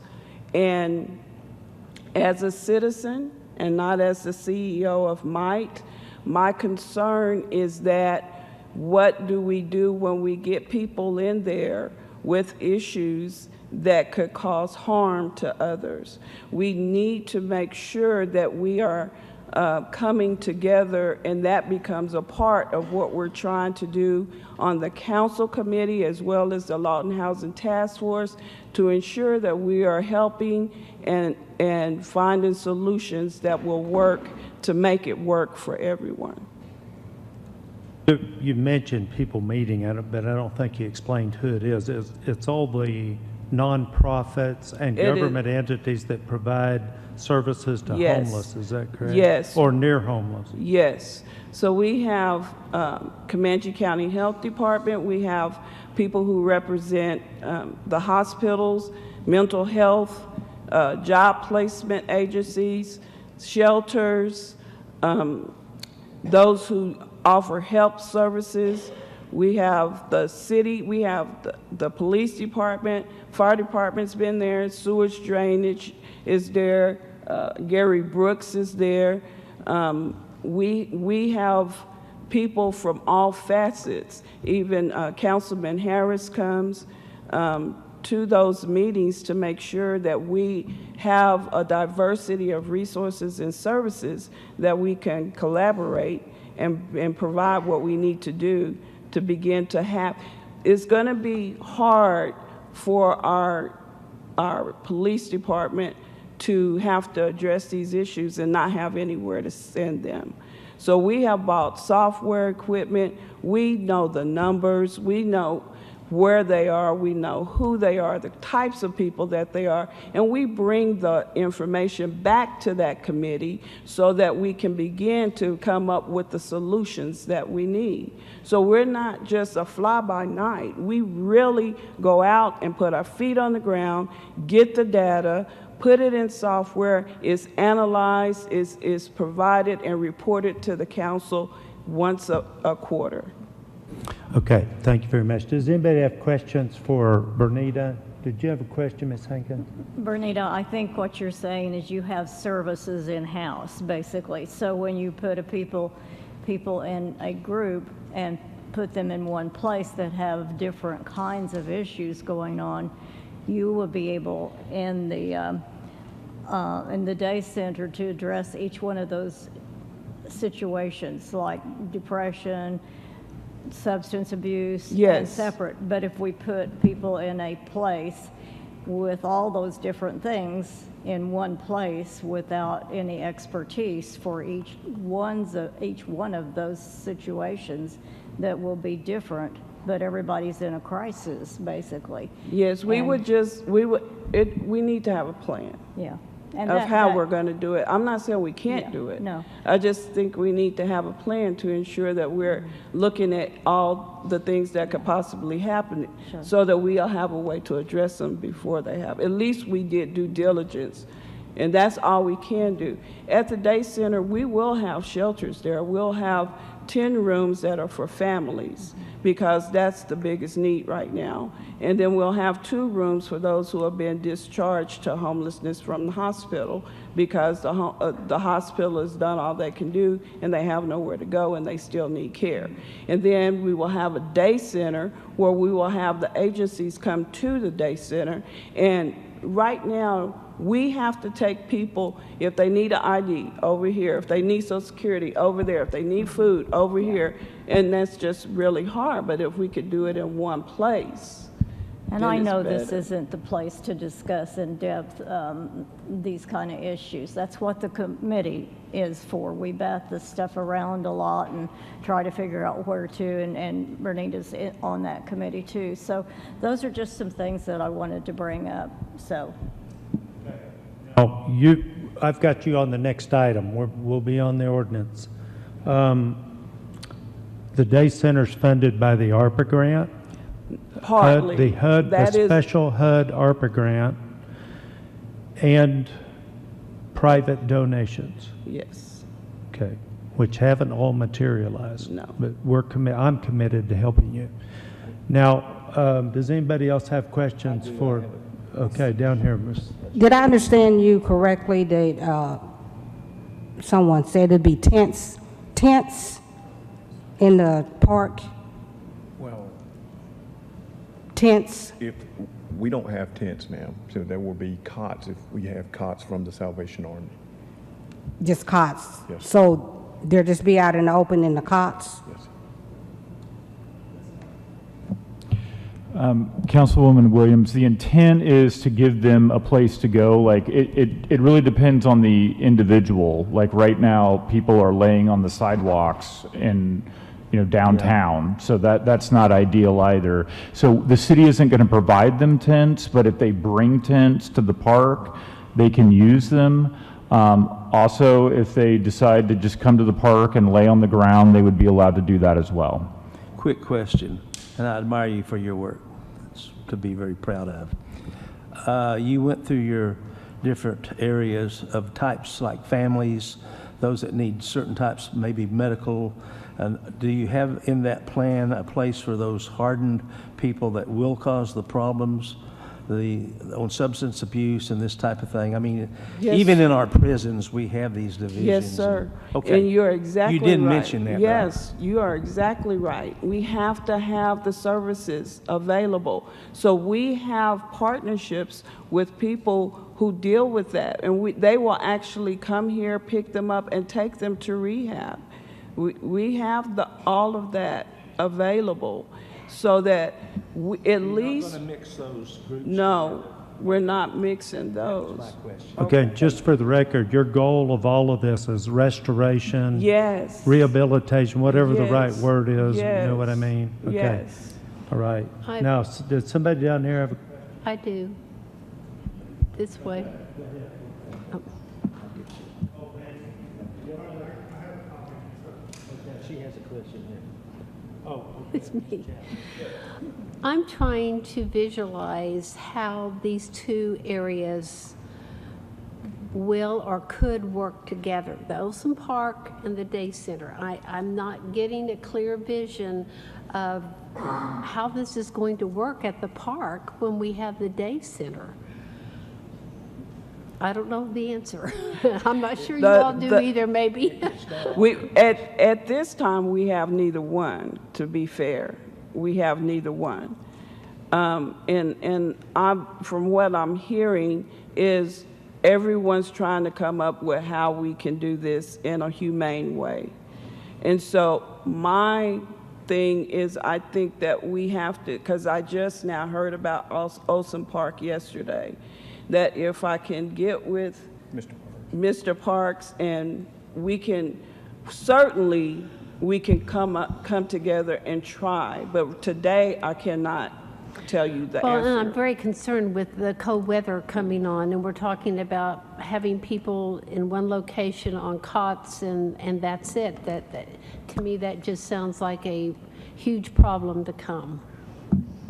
In the cold weather, ma'am, the Salvation Army will take up to 120 in the cold weather. They do it all the time. They take up to 120? Yes, sir. I didn't realize that. Mr. Warren? No. I was just in there this afternoon. I think they've got provisions for it. I realize that they're shut down for remodeling right now, but I think they have provisions for the cold weather and emergencies. Mr. Warren? Council, this is, oh man, this is a huge, this is probably one of the most expansive issues that we deal with, or that the state government deals with, or the federal government deals with. Because there's no one size fits all. It's moving all the time. I started writing a paper today, well, last night at 2 o'clock in the morning, and it started out at about 2 pages, and I think the last version that I sent to the mayor was 13, maybe 13 pages, because I just kept thinking of something else that I hadn't thought of. And that is the purpose of that committee, is to think of all those things that I've never been homeless. I don't know anybody that's homeless. I unfortunately have seen the most extreme side of homelessness, which was a lady that passed away in a car because she didn't have anywhere to live. She was mentally ill, but that's beside the point. We need to figure out a way to address that. the park issue, as a temporary issue, I mean, as long as we really emphasize the temporary part, I don't have a problem with that, because as has been said by the manager, we literally have people sleeping on benches downtown. And it would be much better if they had a place where we could kind of keep an eye on everybody, rather than having to go here and go there but temporary.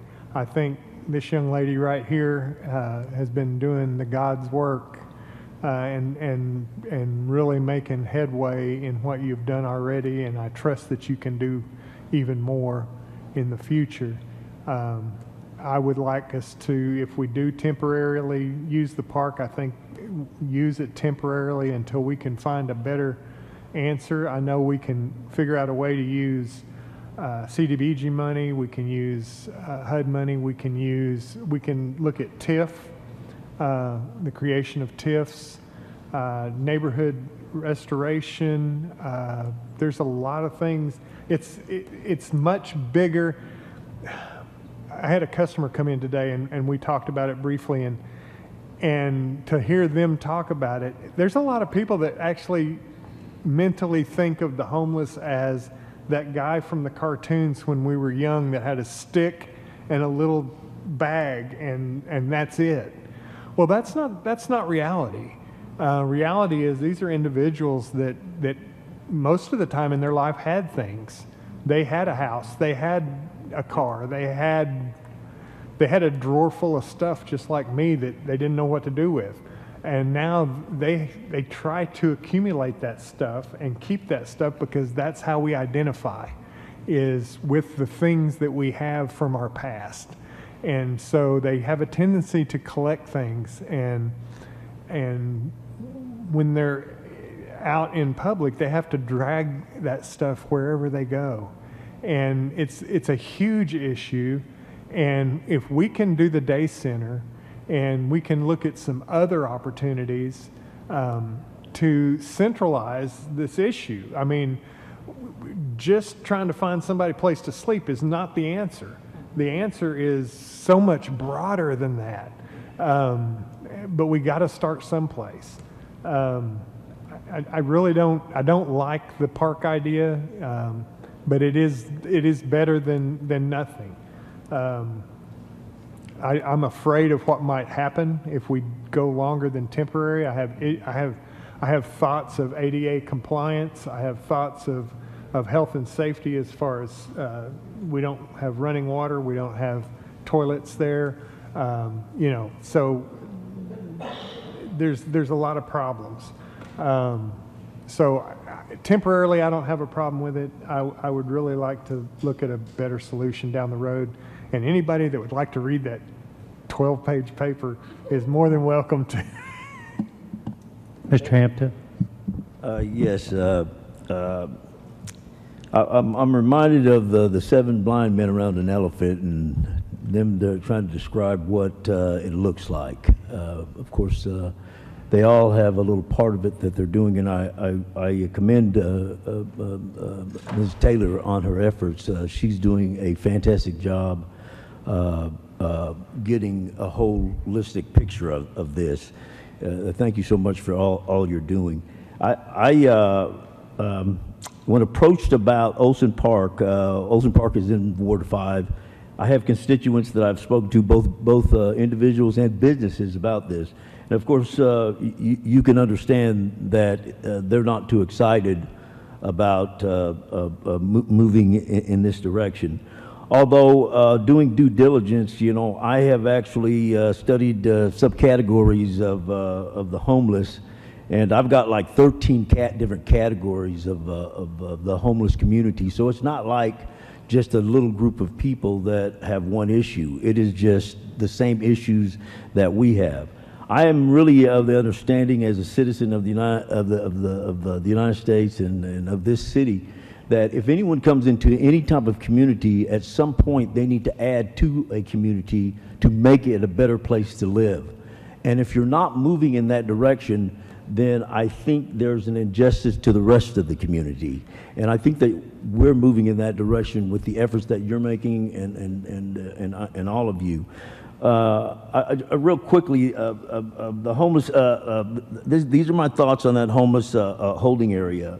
Proximity of services for these individuals. They need to have services. You can't put them out by the dump or something. Someone told me, let's put them out by the dump. Well, they've got to walk to find something to eat, and they have basic needs just like the rest of the human beings. So they have to be close. Community impact. The impact that those homeless people have impacting our community, safety and infrastructure. One of the things that I have an issue with I mean, we didn't have any rain at all. Then all of a sudden we have this huge rain come in. Well, that park, if you haven't been over there, there's a creek right in that park. I'd be concerned about some flooding issues that we would have there. Not that to say that there wouldn't be any issues, but that is something that I think about that park that I just have questions about. Nonprofit partnerships. It's important to have those partnerships. And then there's probably other things that need to be looked at. I talked to a business person that's told me, and he has a vibrant business here in town, and he's had homeless issues. He told me he is looking for property outside of the city to move his business to. And he has a lot of assets. It's not a small business. I think that if businesses move out of our community, then we are in trouble, because that is the lifeblood of finances and money flowing through our community. I am not against this park. I mean, I think that, and I say this to my constituents and the ones that I've talked to, most of the homeless people are in Ward 5. Most of the resources for those homeless people are in Ward 5. I mean, whether we like it or not in Ward 5, we have to take ownership of those constituents that we may not think are constituents of Ward 5. But me as a representative, those homeless people that live in my ward are my constituents also. And I have to think about their safety, their livelihood, and what they're doing.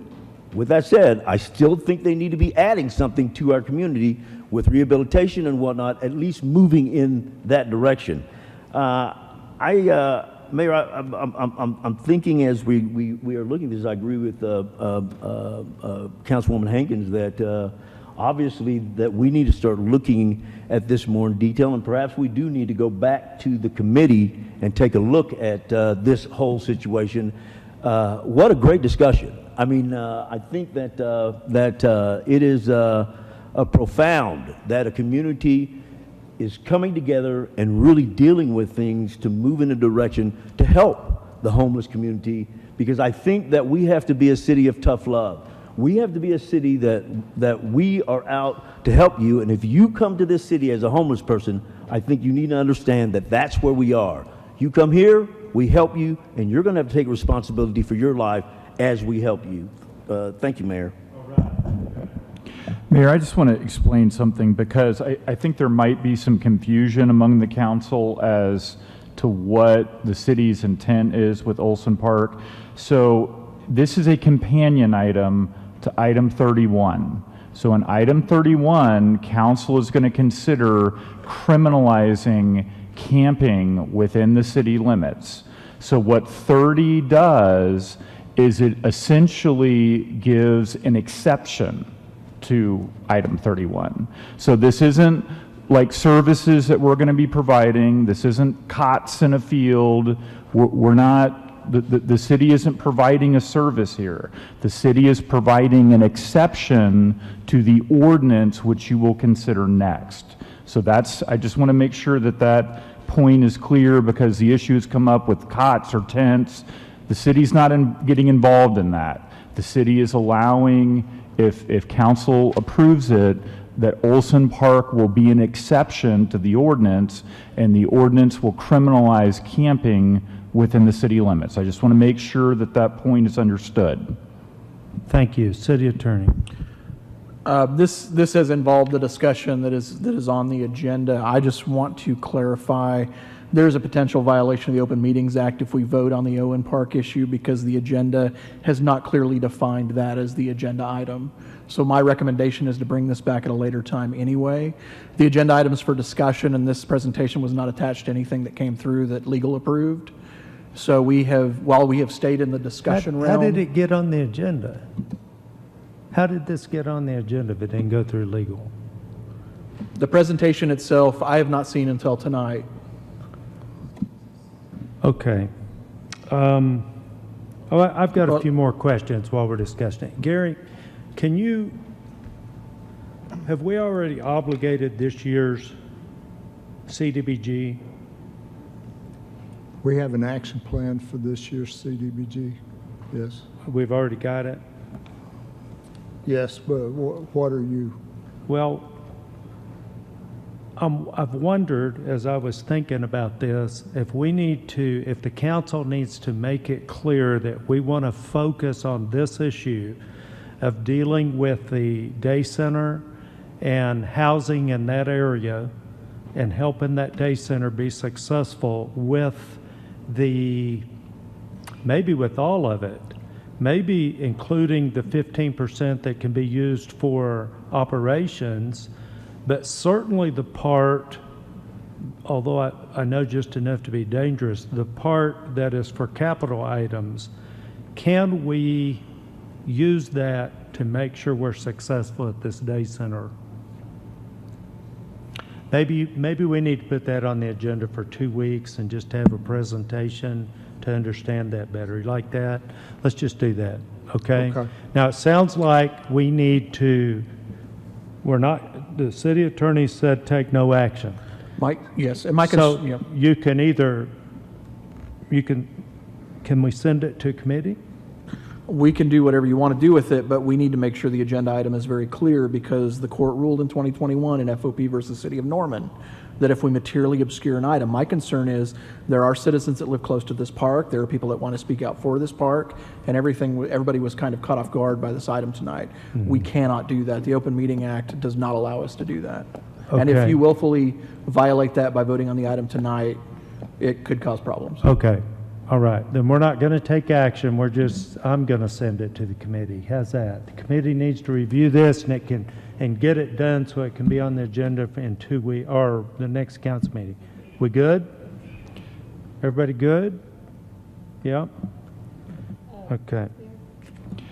Mayor, I'm I sorry. was just going to say that the committee needs to up its game too and be a little more effective. We can improve on our process in committee. All right, thank you.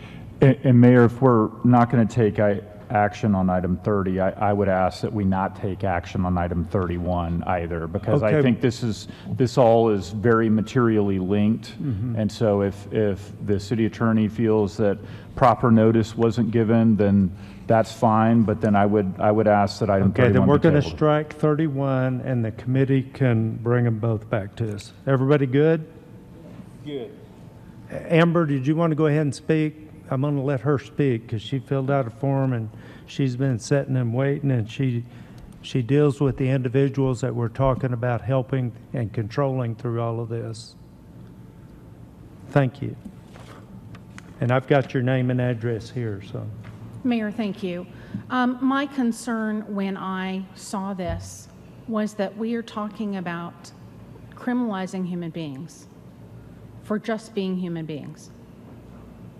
It is not necessarily their fault that they're homeless.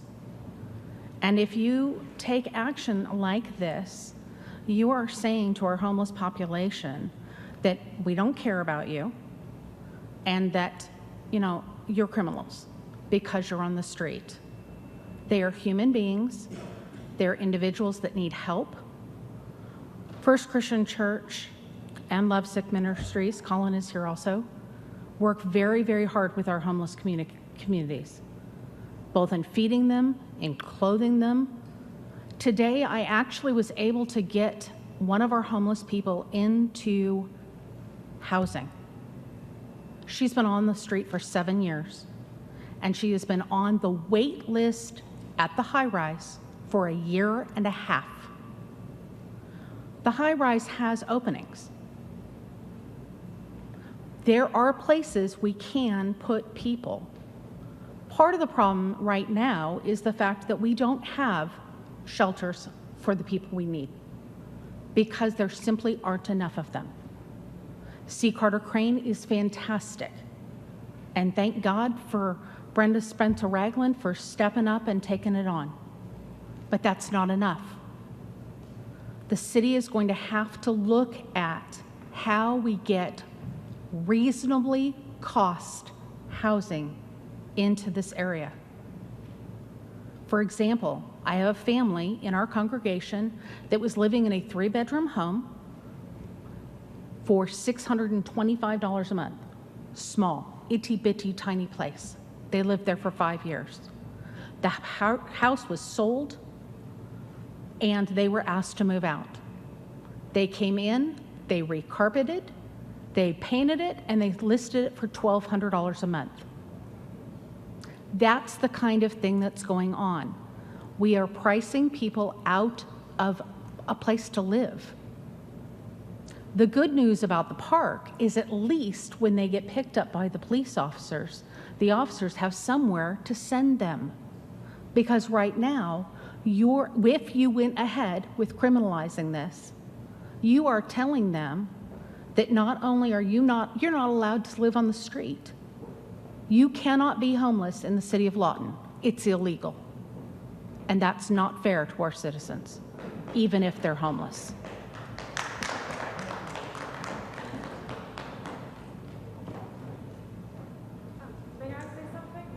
City Attorney wants to clarify.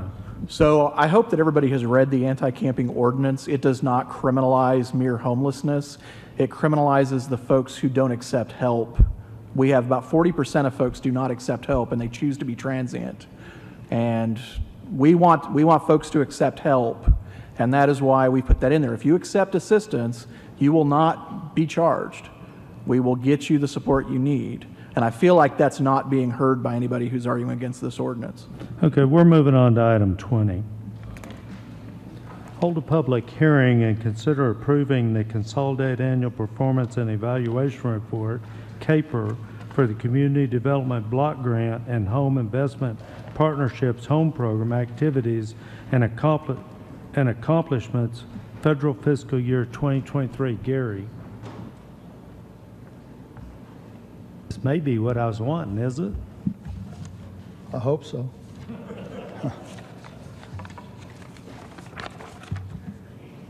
This is our end of the year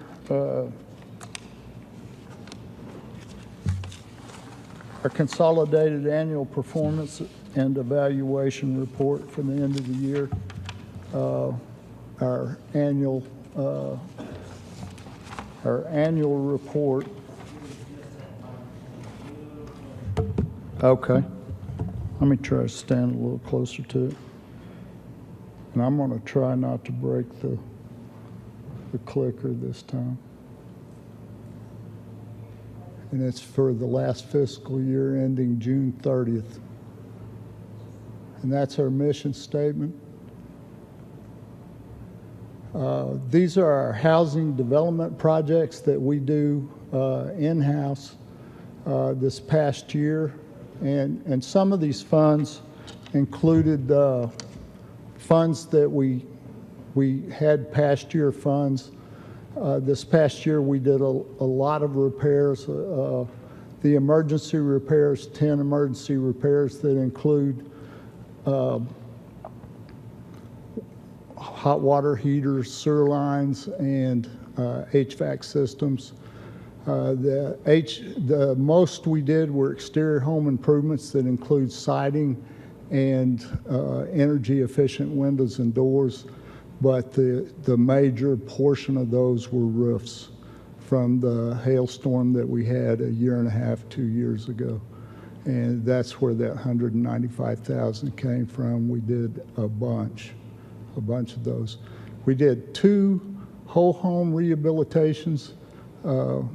John and I talked about how many, that's how many we completed. We have probably 3 more in progress. So that was $70,000. They're about $35,000 a piece. We had our first-time home buyer, $15,000. We haven't had many of those in the last 4 years because the first-time home buyer is a really tough program because it's someone that qualifies for the loan. They have to qualify for the loan. but then their income has to be below 30. Their payment can't be more than 30% of their income. So it's a small window to hit.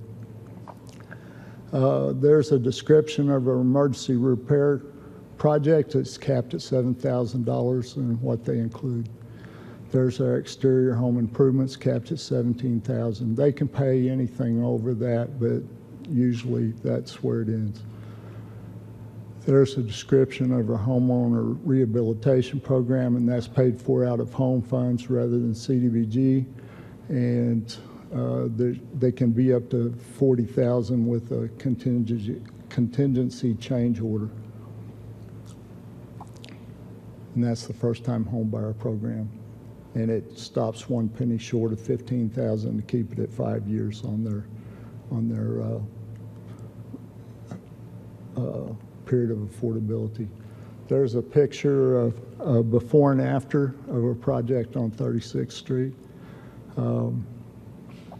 That's some of the work that our contractors do, and we have some excellent contractors we've picked up in the last few years. They do really good work. We're very proud of them. That's a before. Broderick switched the pictures from left to right to left. Exterior home improvements. That's the H.C. King Center, one of our center projects. And we didn't have a before picture because we got it after it had already started. So that's where that is. There's a before and after on a roof, which that's not really a before, but public service organizations. We had 9 organizations that we spent $112,950. I won't do 50 cents again. That messes everything up. TBRAs, 17 clients, $95,000. There's all of our organizations: Center for Creative Living, Christian Family Counseling, Family Promise, Great Plains Improvement Foundation. That was there last year. They're no longer in existence. Grandeur of Grace, Lawton Support Services, Marie Daddy, Might, and Teen Court. The H.C. King Center isn't completed, but that's how much was spent by the end of the fiscal year. It'll be about, I think, $70,000 when we're finished. That's our administration cost for CDBG, home, our HAD delivery, our rehab specialist, and our home specialist. Neighborhood services, that was last year's for, we pay for 2 code enforcement officers. Our Section 108 loan, I think that will be our last full payment on that, $138,000. And we pay $8,000 for finance to help us with our IDIS payments. That's a system that HUD uses. Total expenditures for 2023, the fiscal year, $1,091,798.10. And that's it. Okay, council, do you have questions? I do. Did we not pick any money up for insurance on those roofs? The roofs on these units? I mean, that's a lot of money spent on those roofs. They should have been insured. Well, the homeowner, a lot of times, if they have any insurance, we pay anything above and beyond the insurance. That's how it goes. So we just paid for the full amount because none of them had insurance? Is that what you're saying? No, I'm saying if they have insurance and the insurance doesn't cover the whole roof, we cover the difference. Well, I didn't see anything on this report where it showed we received money back, like insurance claims or anything like that. Everything I saw was an expenditure. We don't receive the money. They pay the contractor for whatever the portion the insurance pays for, and then we pay the contractor for the difference. We don't we don't take in any funds. So how do you They have how to. do you regulate that? How do you keep records on that? I mean, are you getting things from the insurance company that says this is what we're going to pay minus the deduction? I mean, surely we have a paper trail to know that they don't We say. do have a paper trail, yes. And they also, the check has to be. Well, let me ask you this. Okay. I don't want to keep interrupting you, but I'll get Sure. to my point. My point is that if these are insured, then they should be insured for the amount to cover it minus the deduction. So are we paying that? I mean, do we know what we're paying? Because we could insure the whole thing and maybe come out cheaper than paying whatever their insurance doesn't cover. I've never heard of insurance. When you take out insurance, it's going to cover minus the deduction. That's the way it's written. So, I mean, Councilman Gill, yeah. we owe you a better answer. So we'll Work on it. We'll work on it and get back to you. Other questions? Okay, at this time, I will open the public hearing to consider approving the Consolidated Annual Performance and Evaluation Report. Anybody wishing to speak on this item, please come forward at this time. Seeing none, I will close the public hearing. Council, do I have a motion to approve the Consolidated Annual Performance and Evaluation Report for the Community Development Block Grant and Home Investment Partnerships Programs? Move to approve. A motion and a second, discussion or debate. Please vote. Motion carries 7-0, and we stand in recess for 7 minutes. How'd you get 7? Is that all?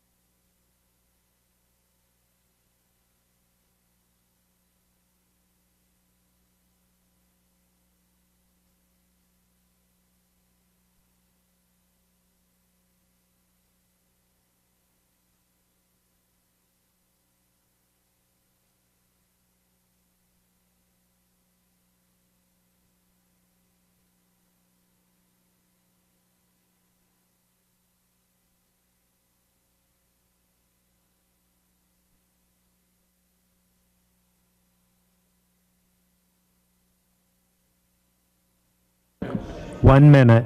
1 minute, council.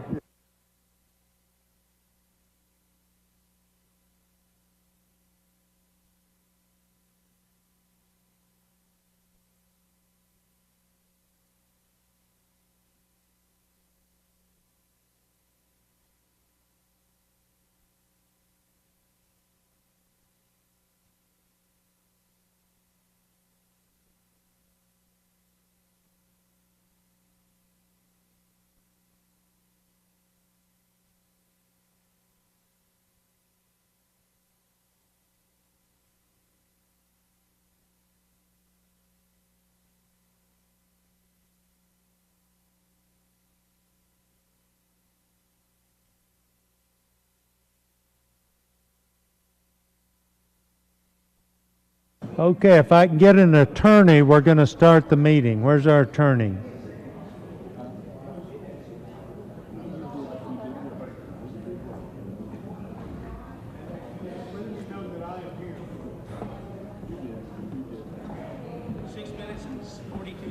Uh-oh, 18 seconds. Sorry about that.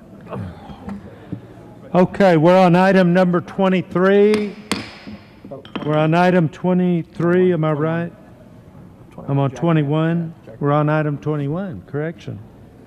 Hold a public hearing and consider approving the submission and acceptance of the 2024 Department of Justice Edward Barney Assistance Grant Local, JAG, by the Lawton Police Department, authorizing the approval of an interlocal agreement between the city and county as well as any other documents necessary for the grant. Will Hines.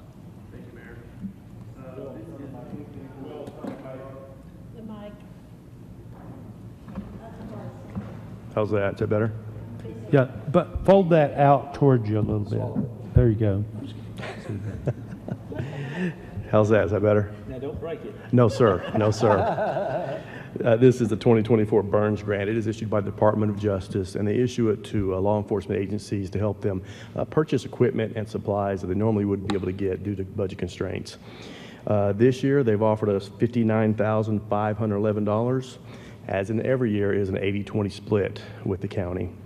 And so that leaves us $47,609. What we'd like to do with that is to buy ballistic helmets for our SWAT team and communication devices, and also ballistic shields for our patrol officers. And that'll pretty much eat up that entire grant for that money. So, questions or motions? Mr. Mayor, I'd like to make a motion we approve this. We have a motion and a second. Discussion or debate. Oh, we got to hold a public hearing. At this time, we got the motion, but I'm going to open the public hearing. Anybody wishing to speak on this item, please come forward at this time. Seeing none, I will close the public hearing. Let's repeat the motions. Mr. Mayor, I'd like to make a motion that we approve this. And Ms. Williams, were you second? Okay, we have a motion and a second. Discussion or debate? Please vote. Motion carries 7-0. Bringing up item 23, provide City Council with an update on Public Utilities Meter Replacement Project PU 2203. Rusty. Yes, the City of Lawton, water meter replacement project. This project is being funded through Clean Water State revolving funds, and it is being the loan is being repaid through the 2019 Capital Improvements Program. The City of Lawton has 33,822. Let's see, let me. 33,822 water meters. Only 29,970 of those are active meters at any given point in time. And our water meter system is an automatic read system. It telemetries into our servers, and so they automatically read, and it's a real-time read on the water meters. We have water meters from 5/8 inch to 8-inch water meters. 8-inch water meter costs approximately $10,000 per meter. So we don't have a lot of them, but it can add up to a lot of funds real quick. A 5/8 inch meter cost about $250 for the meter and about $200 for the radio system that goes on it. So it's approximately $400, little less than $400 per meter. Does that include installation costs or is No, that no, just- this is all, that's just the material itself.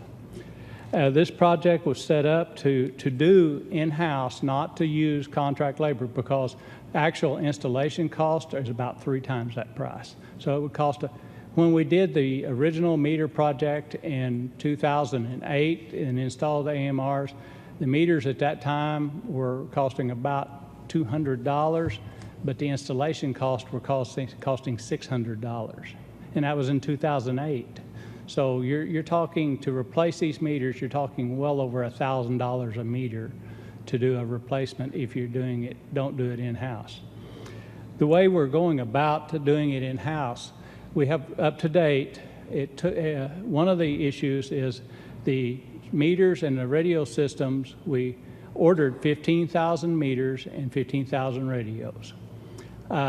It took a little over a year to start receiving the meters and the radio systems. And they start coming in a few boxes at a time. At the current time, we have replaced 5,000 meters of, the project is geared to replace 15,000 meters. When we first started looking at the project, we thought we would get 10,000 meters, but we think we're going to get more than 15,000 meters replaced with the funding that we have in place. We also replaced the telemetry system with the newer servers and newer PLCs, programmable logic controllers that telemetry the information in and track the meters. Those were the first things that we replaced, and we started replacing the large volume users. The large, started with their industrial meters, our large apartment complexes, and the large high volume users. A meter, if the accuracy is, say, if it's only 90%, catching 90% of the read, you're losing 10% of your income to water loss. And that's the nationwide standard, is basically is a 10% water loss is the nationwide standard, 10 to 12% water loss due to inaccurate meters. A new meter, these are guaranteed, these meters that we use today are guaranteed to less than 1% deviation from accuracy, and they are guaranteed for 20-year life. Our original meters that we installed were only guaranteed for 15 years, and we have reached the life of our meters. The guarantee is accuracy? Yes. For 15 and 20 years? Yes. And it maintains that. You can pull the meter out, you test it on the bench against an accurate flow to determine if it's reading accurately. Large diameter meters are such that depending, they're built for larger flows, so generally you have 2 meters, a smaller meter and a larger meter that captures the large flows and the smaller flows. Rusty, can you explain to the council the difference between the legacy meter and the new meter that we're putting in? Like, what are the main differences? Okay, the legacy meters, the older style, they were all made of brass. They had a mechanical wheel that turned. The new meters do not have a mechanical wheel. They are signal based. They actually send a signal into it and the rebound off the signal and see how far it travels, so it determines how fast it travels with the diameter of the meter. So it does, as water flows through it, it does not get slower and slower and slower over time. The new meters are, like I said, the accuracy rating of them, and we have completed it. And what we're doing to do the replacement, through all of the line projects that we're doing around town, as we're doing the line projects, putting the new meter boxes in, our contractors are setting the new meters in there because they have to move the meter, so we just hand them a new meter and they set it with the new meter sets on all the new line replacements. On our meter service technicians, their goal is to replace 500 a month through replacement on when they have downtime or sometime they go out and replace meters. So right now, that's how we've obtained 5,000 meters since we've started receiving delivery of the meters. In the picture there, you can see the 2-meter parallel right there and those large diameter meters. And here's a small meter. This is a small, and this is small as in 2-inch meter. Residential meters are pretty small with these are in vaults right here. The large diameter meters are in vaults, and it takes a winch to actually handle those meters. So it takes, the large meters take 3 people a better part of a day to do a replacement on those. Small diameter meters they can replace in 20 or 30 minutes. Here, they're vacuum excavating the hole on each side of the meter. We're under a federal mandate to determine what the material is on each side of those meters. It's a lead service line inventory is what it is called. It is an unfunded mandate. We're mandated to submit by October the 15th what the materials is of all the meter on our side and on the customer's side. As we're doing these meter change outs and we're vacuum excavating and determining to get that material inventory to determine if there is any lead services still in existence and what the materials are. So we're combining this along with working to meet that federal mandate. Is this the reason for the mail outs to all the different? Yes, that was the reason. Yes, what that is anything that was built before 1988, that's when the regulations came about that made use of lead solder on copper lines illegal. And in 84, that's when lead service piping for water lines was made illegal. But we adopted our code in 91. So we have to determine what those service lines are. The good thing is the city of Lawton adopted a standard for their side of using type L copper from the main to the meter in 1978. So on the city side, we have a good records of what was installed because that was the standard.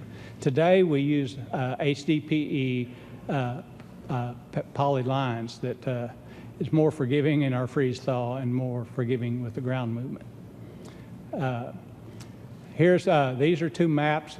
Both of these maps, the entire map, these are 1-mile sections. Map 26 is at Gore Boulevard from 11th to Sheridan Road, and also from 2nd Street to 11th Street, Gore to Cash Road. Those entire map sections, all the meters in those map sections have been replaced. Here is map 9, which is where one of our water line projects is going on. We have water line construction going on in this one. This is 52nd to 38th. We have a contractor working through there, and we're replacing 45,000 feet of water line, which is over 1,000 meters in that area are getting replaced by the contractors and not costing us any additional cost for using their labor because they had to move the meters to begin with. The other slide is along Cash Road, those large diameter lines. They still have some meters coming off of the 12-inch water line. We're replacing the meters on all the businesses along Cash Road there on the south side. As we're putting the new lines and bringing the new lines in service, they're having the new water meters installed. That's basically an update of the water meter project. So, any questions? I have a question. Yes. Yeah. Rusty, you talked about the larger meters, like the ones. I think someone had told me one time there's 3 10 or 12-inch meters at supplying Fort Sill. Fort Sill, we have those are two 10-inch meters out there at Fort Sill. Then the south pump station has 8-inch meters. Yeah, and you're replacing the big ones Yes, also. we replaced the big ones. We replaced, those were the large diameter. The two at Fort Sill were one of the first two we replaced. Okay. The industrial park out west, those big volume users, those are meters that we have replaced very quickly early in the project. And because I think what you said was after a while you have leakage and more. Even those large diameter meters, over time, especially when they use millions and millions of gallons, as those meters go through, they slow down, and so it doesn't read all the water that is flowing through them. So this is creating revenue It that does, we've been it does losing. impact the revenue, yes. Okay, thank you. It's about a 3-year payment on these. All right. Great report. Thank you, Rusty. Moving on to 24. Consider authorizing staff to apply for an alternative procedures project under FEMA Disaster 4721 DR project 743-734 damage number 1361530 for equipment and vehicle damages. Cynthia. Good evening, Mayor and Council. So I am asking for approval for an alternative project under the FEMA Disaster 4721. So in June 14th of 2023, City of Lawton was hit with a significant storm. There was very high winds and humongous hail. So during the storm, there were 328 vehicles that were damaged, and it resulted in a little bit over $2.2 million. And so Lawton has already spent $97,000 to repair windshields, windows, light covers, and the mirrors.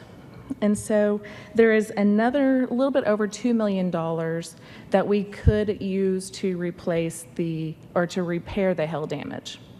But because the vehicles do not have insurance coverage that covers hail, because the cost of repairing the hail damage on some of the vehicles is close to the value of the car, and that the minor hail damage does not affect the vehicle's performance or structural integrity, it is requested to invest this money on purchasing another capital item. So FEMA does allow for a 75% reimbursement for the total cost of the damages. So staff has identified the purchase of a mobile command unit, an animal rescue and adoption trailer, and a landfill crawler dozer as qualifying alternative projects. Please note that the values listed up here could slightly change based upon the time of the purchase and the awarding of the project by FEMA. So the city, we would like to spend $2.2 million and then be reimbursed $1.6 million from FEMA. So the mobile command post, it is a vehicle that will be used by police, fire, and emergency communications. It will house the central hub for communications for decision makings during events and emergencies. There is a plethora of activities that this vehicle can be used for. And if you have questions specifically about the vehicle, Chief Williams can answer those, not me. So the next item is the animal adoption and rescue trailer. So this is just a trailer that will keep the animals comfortable in the time of an emergency. It is a temporary shelter. And again, it can be used for a mobile center for adoption events. The one that was priced, it is an 18-foot trailer, and it has 22 housing units. It does have heat, air, and water for the animals. And then the last one is a crawler dozer. This is what is used to push the trash around at the working face of the landfill. It is what makes a smooth surface for the customers to be able to come and dump at the landfill. And this is just a beautiful picture of a 70,000-pound vehicle that we're talking about. So I am asking for approval of this alternative project so that we can do more in 2024 I like and it. provide the Lawton citizens with world-class customer service and protection so we can thrive in 2025. Oh, you've got it. Oh, do I have a Mr. motion? Mayor, I'd like to make a motion that we approve this. We get got it- a motion and a get it second coming discussion in. or debate. Please vote. And the motion carries 7-0. Thank you. She knows just how to do that. Wow. By the way, if I'm not mistaken, she's our new grants person. I don't know, grant coordinator. Grants coordinator and internal auditor.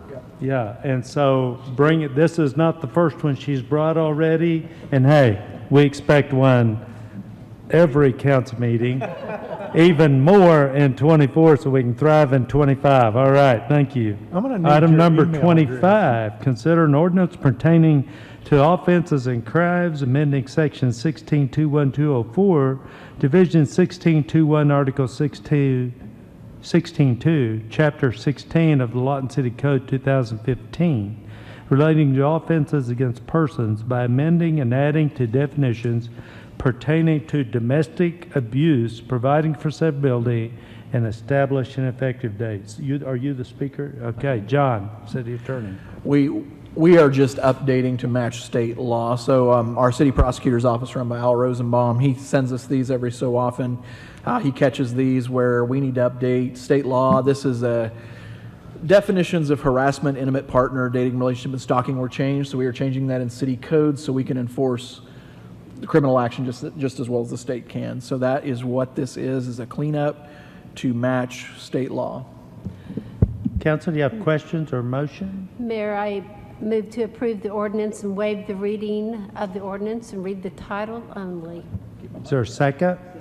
We do have a second. Please read the title. An ordinance pertaining to offenses and crimes, amending section 16-2-1-204, article 16-2, chapter 16, Lawton City Code 2015, relating to offenses against persons by amending and adding to definitions pertaining to domestic abuse, providing for severability, and establishing an effective date. Please vote.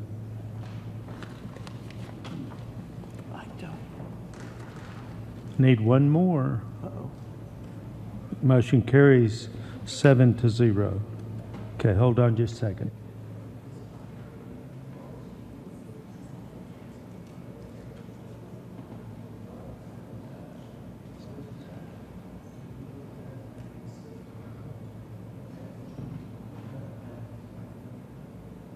It'll take a while.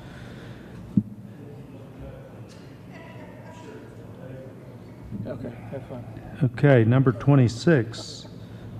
Randy, you ready to back me up? Yes, sir.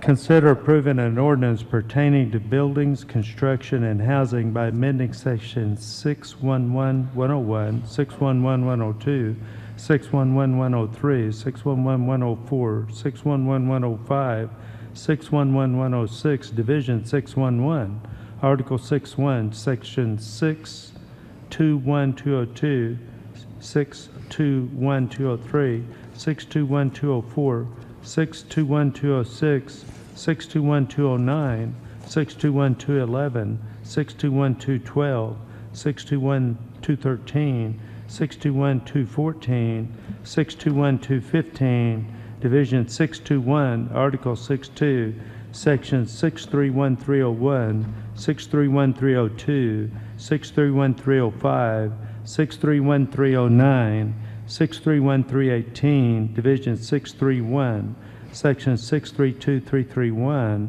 Division 632, Article 63, Section 641-401, 641-402, 641-403, 641-406, 641-407, 641-408, 641-409, 641-410, 641-411, Division 641, Article 64, Section 651-501, 651-502, 651-503, 651-504, 651505, Division 651, Section 652221, 652222, 652223, 652224, 652225, Division 652, Article 65, Section 661605, Division 661, Article 66, Section 671702, Division 671, Article 67, Chapter 6, Lawton City Code 2015, by changing all references of the 2015 International Building Code, International Mechanical Code, International Fuel Gas Code, International Plumbing Code, International Property Maintenance Code, and the International Existing Building Code to the 2018 versions of said codes by changing all references to the 2014 National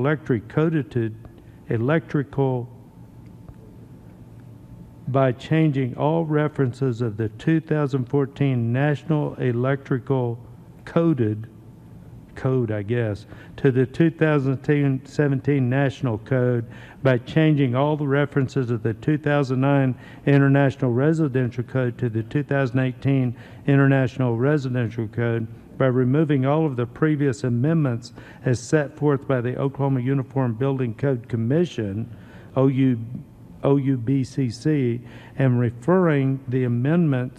referencing the amendments for each code, clarifying all references to the section number that deal with penalties by adding the 1 to the 1-119, adding language that specifies that painting, papering, tilling, carpeting, cabinets, countertops, and other similar finish work is not required to be permitted, by clarifying the rules of the Building Development Appeals Board to reinstate contractors who fall off the fast track list, updating all references to the Oklahoma Administrative Code as adopted by the OUBCC, updating wind speed from 90 to 115, updating the table for concrete footing and retaining walls of the International Residential Code, adding language that references the Lawton waffle slab as designed by the City of Lawton Engineering Standards, removing all references to the appendices in the International Residential Code, and stating that the OUBCC has not adopted any of the appendices in the International Residential Code, removing language regarding issuing permits to owners for plumbing, mechanical, and electrical work to meet state statute, updating all requirements for all contractors to request inspection prior to 9 a.m. for them to be same-day inspection unless it is an emergency inspection as detailed in another section, by clarifying that work does not require permit for plumbing, electrical, and mechanical work, by changing the requirement for the Building Development Appeals Board member to a professional architect designer or Oklahoma licensed engineer, providing for severability, establishing an effective date, and allowing for floor amendments. John. You did pretty good, Mr. Mayor, Council. So what this is we're trying to get on the state level. The state currently has adopted the 2018 codes, and that's what we're trying to do here in Lawton. With this, staff is also recommending to leave 6-1-1-105 C in reference to the wind speed. We're basically the staff is recommending to leave that at 90 instead of the 115 until we can do more research on that. Any questions? Are you good with this? You think you had a hard time reading it? You should have gone through it. No, I've researched this with staff, and staff's right. They're cleaning up some stuff, and we've got a lot of good things in there. The wind speed was the only thing in question, and we're researching that because there are some discrepancies there. So that's why you pulled it out of this, but we're voting on everything else. That is staff recommendations to do that. Yes, sir. Thank you. Any other comments? How about yes, ma'am. Oh, I would love to do a motion so I can hear all of that again. I move to approve the ordinance and waive the reading of the ordinance and read the title only. Do I have a second? With the floor amendment. Hold on just a minute. With the floor amendment. with the floor amendment. Thank you. Thank you. What floor That amendment? was taking out the wind speed on the building. Oh, okay. We're going to leave it at 90. Okay, and did you second that? I did. Okay. Now, is there discussion or debate? Okay. You got your bottle of water lined I'm up? making sure the wind speed's not in this that I've got. I don't think it is, so I just read it Okay. as it is. Read the title only. I brought you an extra water too to Yeah, I recover. noticed. I got one too. All right, ready? An ordinance pertaining to buildings, construction, and housing by amending sections 6-1-1-101, 6-1-1-1-102, 6-1-1-1-103, 6-1-1-1-104, 6-1-1-1-105, 6-1-1-1-106, Division 6-1-1, Article 6-1, Section 6-2-1-202, 6-2-1-203, 6-2-1-204, 6-2-1-206, 6-2-1-209, 6-2-1-211, 6-2-1-212, 6-2-1-213, 6-2-1-214, 6-2-1-215, Division 6-2-1, Article 6-2, Section 6-3-1-301, Section 6-3-1-302, Section 6-3-1-305, 6-3-1-309, 6-3-1-318,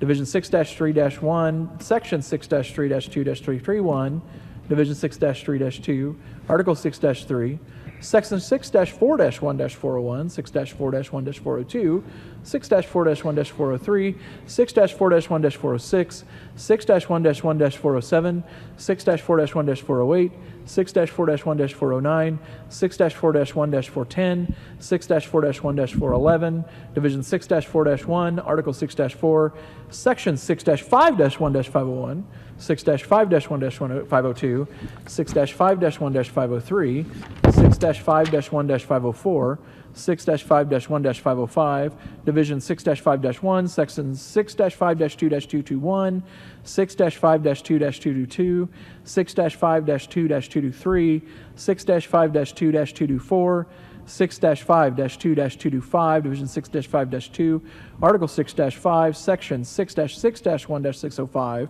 Division 6-6-1, Article 6-6, Section 6-7-1-702, Division 6-7-1, Article 6-7, Chapter 6, Lawton City Code 2015, by changing all references of the 2015 International Building Code, International Mechanical Code, International Fuel Gas Code, International Plumbing Code, International Property Maintenance Code, and International Existing Building Code to the 2018 versions of said codes, by changing all references of the 2014 National Electrical Code to the 2017 National Electrical Code, by changing all the references of the 2009 International Residential Code to the 2018 International Residential Code, by removing all of the previous amendments as set forth by the Oklahoma Uniform Building Code Commission, OUBCC, and referencing the amendments for each code, clarifying all references to the section number that deals with penalties by adding the 1 to the 1-119, adding language that specifies that painting, papering, tilling, carpeting, cabinets, countertops, and other similar finish work is not required to be permitted, by clarifying the rules of the Building Development Appeals Board to reinstate contractors who fall off the fast track list,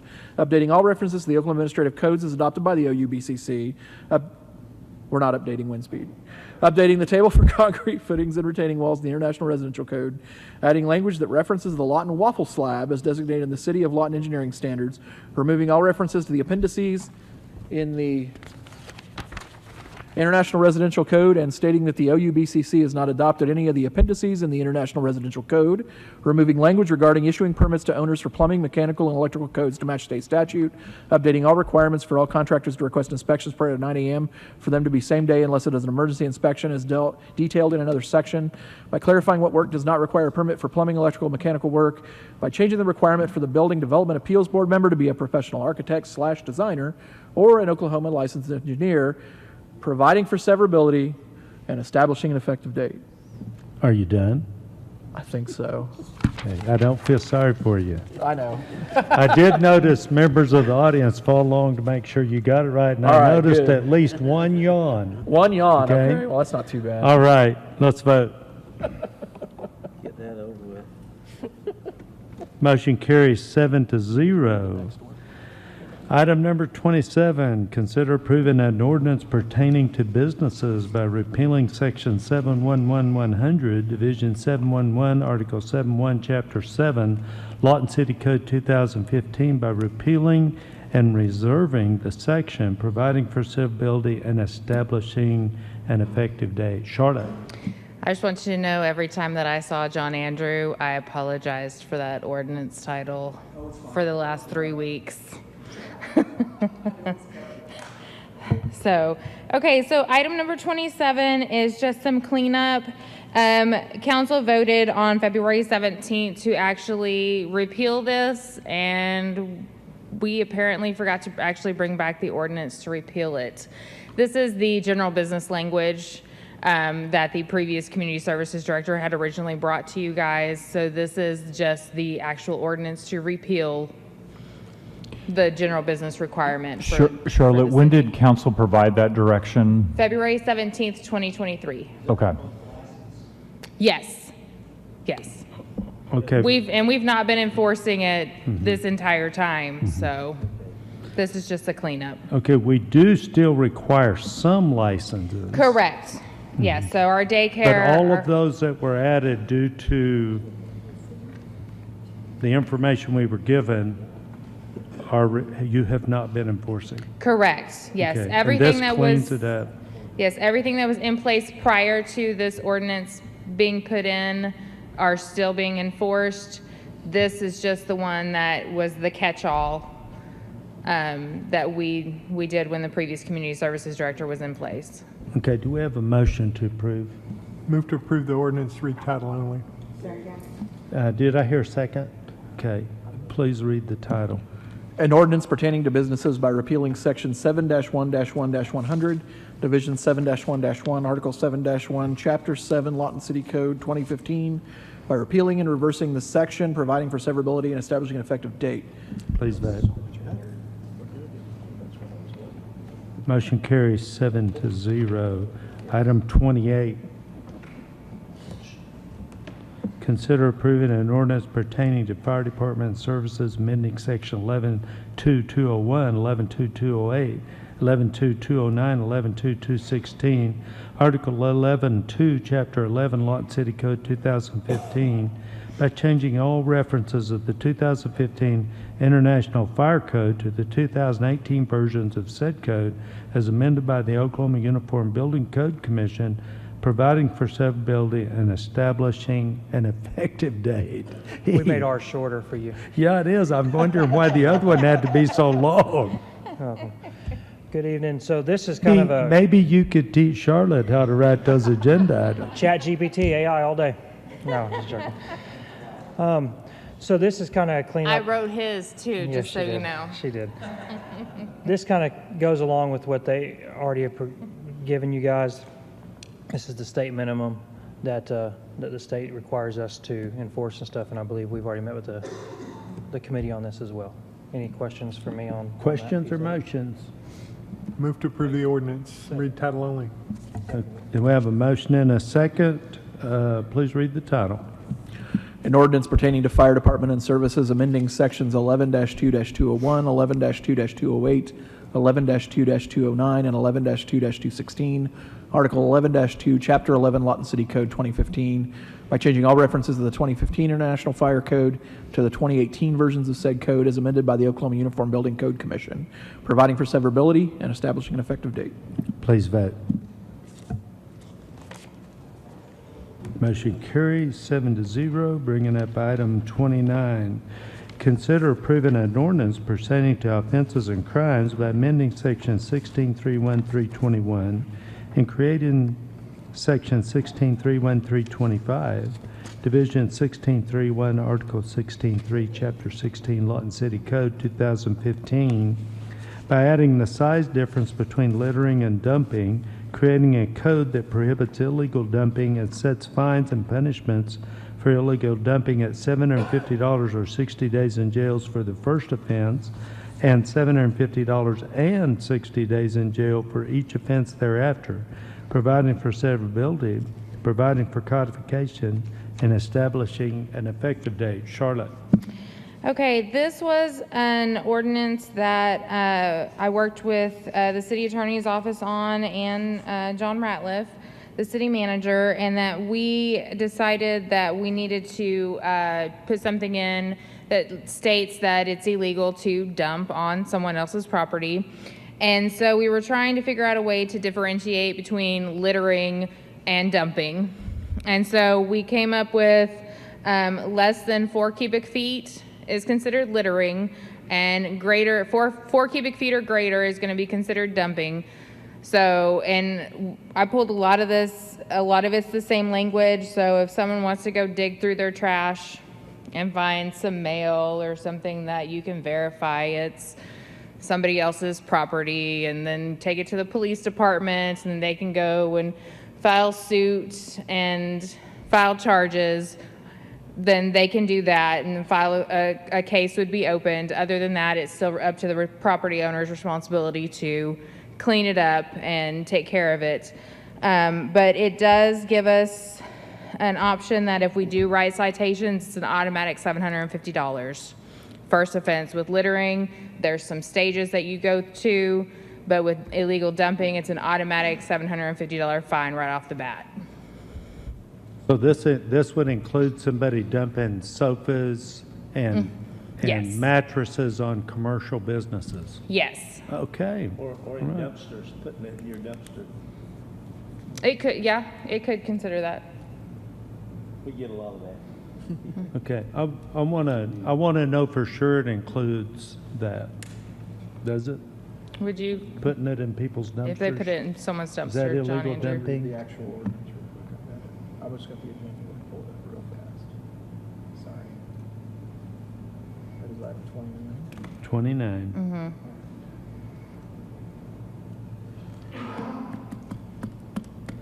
We get through all the code changes. And for anyone who's curious, 4 cubic feet is about the size of a medium moving box, because I Googled it the other day. Private property of another without consent of the property owner on his or her private property in violation. Let's see, I would honestly, if they have a dumpster that is their dumpster on private property, I would say if somebody uses their dumpster, it's putting that on their private property. I would say that would be covered. I mean, that's just my, just as of reading it just right here. We could vote on it. Can we put a floor amendment and use the word dumpster? We could, well, I think there's the overall, I think it's fine. I think it includes. You definitely can do a floor amendment. There's language at the top of the agenda that Sure. allows for that, so you can if you So want, just Councilman make Gill. your motion and direct them to add that, and then we'll let him read. I'll go ahead and make a motion, and then they can talk if they want to. Do we just add like including but not limited to dumpsters on private property? I would put that kind of language maybe. Okay. Yeah. Ordinance. Make a motion, we approve ordinance number 24, waive the reading of the ordinance and read title only, and floor amendment with that includes dumping in dumpsters or garbage containers on private land. Did I hear a second? We have a motion and a second. Please read the title. An ordinance pertaining to offenses and crimes by amending section 16-3-1-321 and creating section 16-3-1-325, division 16-3-1, article 16-3, chapter 16, Lawton City Code 2015, by adding the size difference between littering and dumping, creating a code that prohibits illegal dumping and sets the fines and punishments for illegal dumping at $750 or 60 days in jail for the first offense, and $750 and 60 days in jail for each offense thereafter, providing for severability, providing for codification, and establishing an effective date. Okay.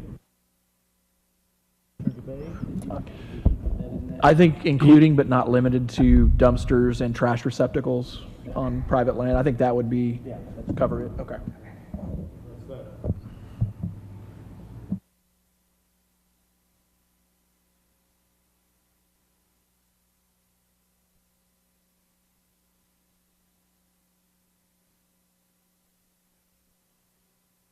Brings up item 32, consider an ordinance pertaining to utilities, amended section 22-1, 144, division 22-1-4, article 22-1, chapter 22, Lawton City Code 2015, relating to landfill fees, gate fees, exception by expanding the use of monies in the 8 ward accounts to include security infrastructure improvements, such as flock cameras, and speed tables, providing for severability, and establishing an effective date. Rebecca, no, you're not talking on this one? Who's talking? Yeah, city attorney is. Yeah, I got it. So this was one, I had several requests from city councilors. The language in the gate fee account language was infrastructure, but it had specific examples of infrastructure, and we kind of read it a couple different ways. So we wanted to expressly place in here that, and I guess for some input, this was the input that I received, was we wanted to utilize this gate fee account for security infrastructure, which including but not limited to like flock cameras, and speed tables, additional speed tables, because there is money in these accounts. I think a lot of you felt like it was kind of limited in your usage with the infrastructure examples that were given, but this will open it up for both security infrastructure and speed tables. And if you want to add something as a floor amendment of something you might want, we just don't want to open it carte blanche, so, for future councils. Okay, so the only question I have is how much is a flock camera? Somebody told me, but I forgot. It's about $3,000. Okay, that's installed? I believe so. I don't think anyone from the police department leadership is here, but I think that's right. Okay, thank you very much. Do I have a motion for approval? Yes. I have a question and then I'll make a motion. Can we have some way of, I want to know how much money I have. We can absolutely tell you. And can we get a list of the cost of items? That way, if we want to spend it, we can get 2 flock cameras and a speed table or whatever. Yes. I'll make a motion to approve. A motion to approve, waive the reading of the ordinance and read the title only. Is there a second? We do have a second with Mr. Uyghur. Discussion or debate? Read the title. You want to discuss? I do. I want to ask a question. Okay, here, push your button. I know you're new. Gee, now I forgot. No, I didn't. Is this money renewed every year back to the original starting balance? I mean, I've heard, what do we have in those accounts and when does it change? It's replenished with gate fees every year. So back if there's enough money, it goes back to a certain figure of what? Roughly. What is it? Roughly, you're shaking your head at me. It's a percentage. I want to say that the accounts go back to somewhere in the ballpark of $30,000. That's what I'd always heard. Somewhere in that vicinity. So if we spend 20, Yes. we can get it replenished the following year with gate fees. Thank you. And I would encourage you to spend your money before your term is up. You might as well use it. I don't know about the rest of you, but I've been here 20 years, so I'll be spending for a while. Okay, please read the title. An ordinance pertaining to utilities, amending section 22-1-4-144, division 22-1-4, article 22-1, chapter 22, Lawton City Code 2015, relating to landfill fees, gate fee exceptions, by expanding the use of monies in the 8 ward accounts to include security infrastructure improvements, e.g. flock cameras and speed tables, providing for severability, and establishing an effective date. Please vote. Motion carries 7-0, bringing up item 33. Receive an update on the status of the cost recovery efforts for the demolition of the nursing home located at 1301 Northwest Andrews Avenue and take action as deemed necessary. Tim. Good afternoon, or good evening, Mayor and Council again. So on the status of the nursing home, I brought the statute with me, and if you don't mind, I can pass that out, and I'll cite it so anyone in the audience can look it up. But it is a public record, so it's not something that it's not.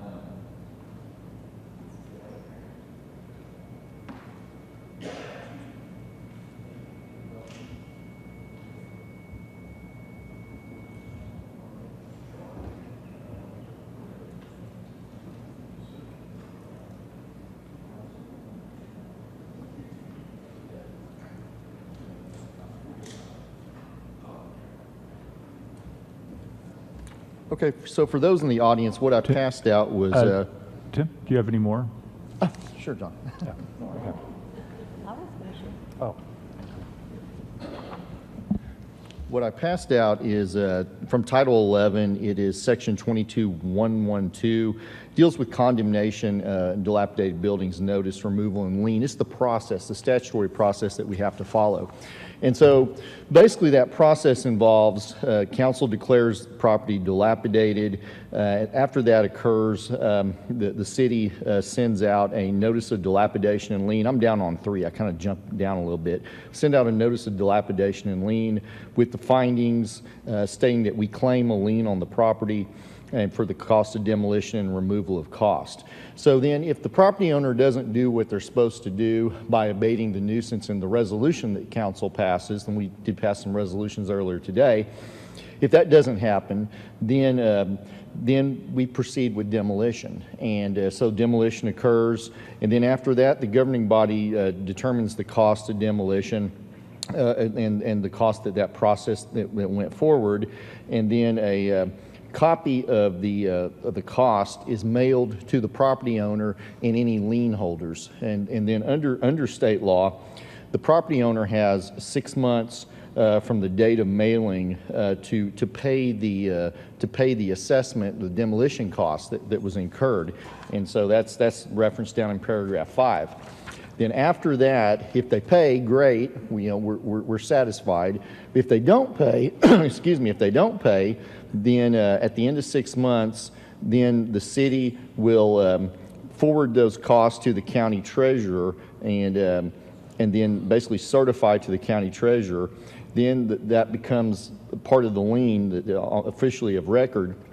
And what happens then is at a certain point, if the municipality and the county treasurer agree that the lien cannot be collected and unable to collect the assessment, then the municipality under the statute is allowed to pursue a civil remedy for collection of the amount owing and interest thereon, including an action in personam, so that's against the property owner, and also an action in rem to foreclose the property, so that's action against the property. So that's our statutory process. So where are we at? So we declared this property dilapidated. I want to say it was back in the 2022 timeframe, early 2022, like January. Notice of dilapidation and lien was filed shortly thereafter, I think also at the end of January of 2022. The property was eventually demolished. That was, I believe that was in the summer of 23. It was a little bit later, and it was a more expensive demolition, but we did demolish that. We had contracted that out. Then after that, in around the October time frame, council accepted the demolition in September 26th of 23. Around the October time frame, the demolition cost was paid to the contractor, and that went out. And so after that, we looked at this again back in April of 24, about 6 months ago. At that time, when we did, we realized that the notice of the cost had not been mailed to the property owner. So Charlotte Neighborhood Services got that rolling, and so we sent the notice out, certified mail to the property owner, and that was for $265,154.95. That was certified cost that went out on April 4th of 2024. So our 6 months will be running next month, and so what will happen at that point? We will at that point then have the certification over to the county treasurer by statute, and so that will start that process where the county treasurer will have time to see if this can be assessed or not. The thought process is that we will get this out. It will get out in like December or so that the property owner will get notice of it when they get their tax bill. Then if they pay it or not, it will be around the March time frame, March or April, when the county assessor will be prepared to determine if it's collectible or not.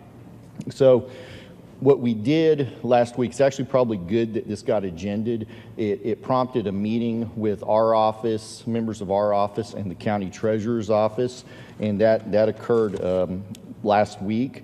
And Rhonda Brantley's staff was very accommodating to our questions, and they had some questions for us. But basically what's going to happen is that certification will go over there, and then, like I mentioned, it will get mailed, it will get on the tax bill, and then if they don't pay, then we'll be looking at some type of statement from the treasurer's office around the March or April timeframe. Once that happens, it's determined to be uncollectible, we could commence the litigation at that point, and that's our intention to do that. There is a few things, though, Ms. Brantley recommended that we do. One is there is a lien on the property right now for mowing. It's only $1,900. It was assessed back in 2021. And this property is set to go for a tax sale in June of next year. And it's only going on tax sale because that lien for $1,900 wasn't paid.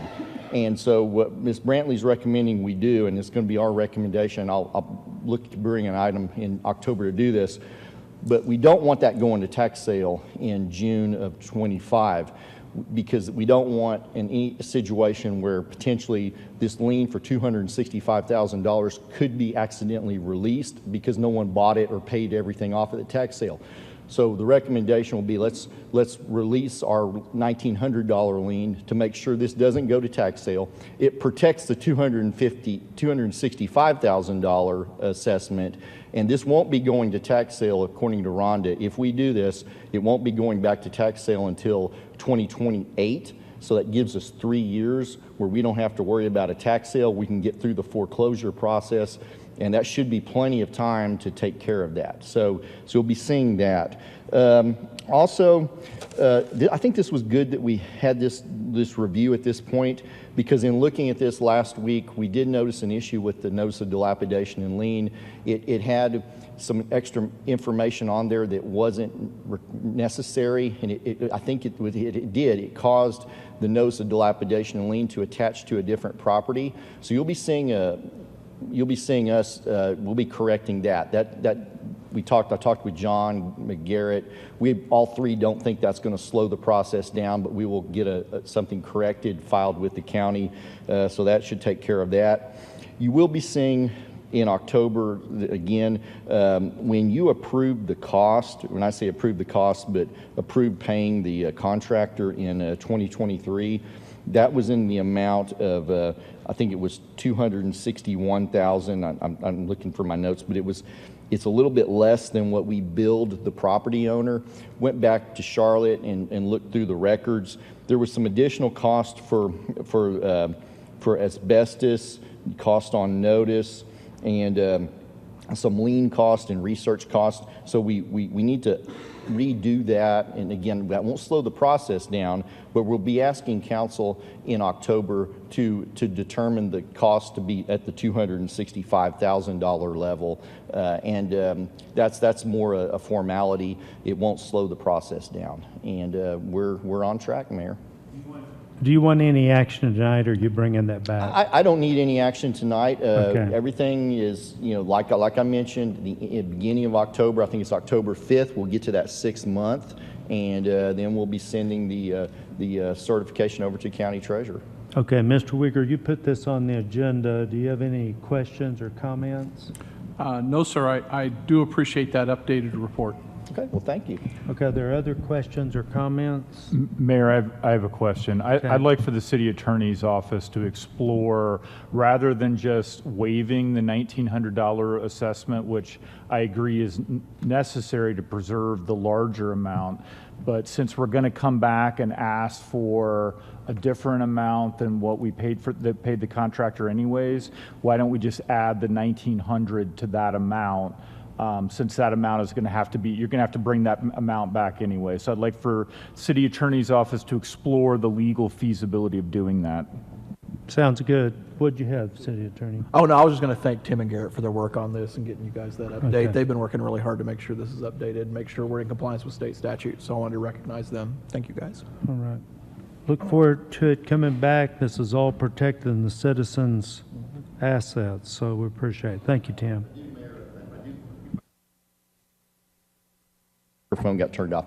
And so when we sue, we'll be suing in rem against the property owner, and we'll also be suing, well, in personam against the property owner, in rem against the property. I want to make sure, council, we're managing expectations. We're certainly going after the property owner, but as of record, it looks like the property owner is a LLC. And I know we have businessmen on the council. People create LLCs to shield themselves from personal liabilities. At this point, without discovery, I don't know the assets of the LLC, but that's the entity we're suing as the property owner. But we will also go in rem. The value of the property, Charlotte advised, I think either today or yesterday, is assessed by the assessor at $100,000. So that there is an asset there in that property. But I just want to make sure, you know, when we say we are going to pursue it, but we want us to be realistic too. Right. Well, we would have to what would you call pierce the corporate veil, which is very difficult. I'm sorry. I don't think this is a good time to talk about legal strategy for the case. The discussion actually says that we're not going to do that. So I would just add that. We're going to move on. Thank you, Tim. Brings up item 34. Provide City Council with an update on the FY 2023 and FY 2024 audit process. Rebecca, anxious to give us a report. I like that. So anxious. Mayor and Council, no new news. We're on track for 2023. We are still on track for 2024. On 2023, we have one item left remaining to be able to provide that report for October. Okay, so what's the date? If you're going to make me say a date, I'm going with October the 18th. October 18th. So somewhere we got slowed down 18, but we're going to accept that because this has been a tough battle. And you're still on track for 12/31 for the current audit. Is that right? Currently, yes, sir. Yeah. And I can tell you can do it. I can tell by your attitude and the attitude of your department. So thank you for that. Any comments? Okay, thank you so much. Can I make a motion to adjourn to executive session? I need a motion for the executive session. I make a motion that we go to executive session. And who made the second? Let's call the roll. Gill? Yes. Hampton? Uyghur? Williams? Yes. Warren? Hankins? Chapman?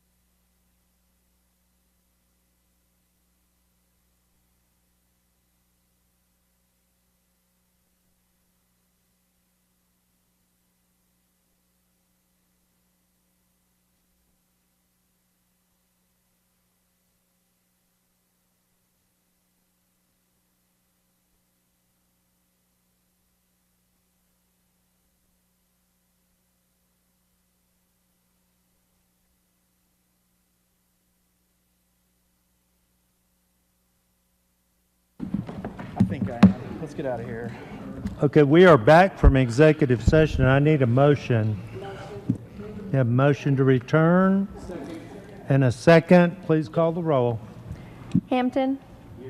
Uyghur. Yes. Williams. Present. Warren. Hankins. Here. Chapman. Gill.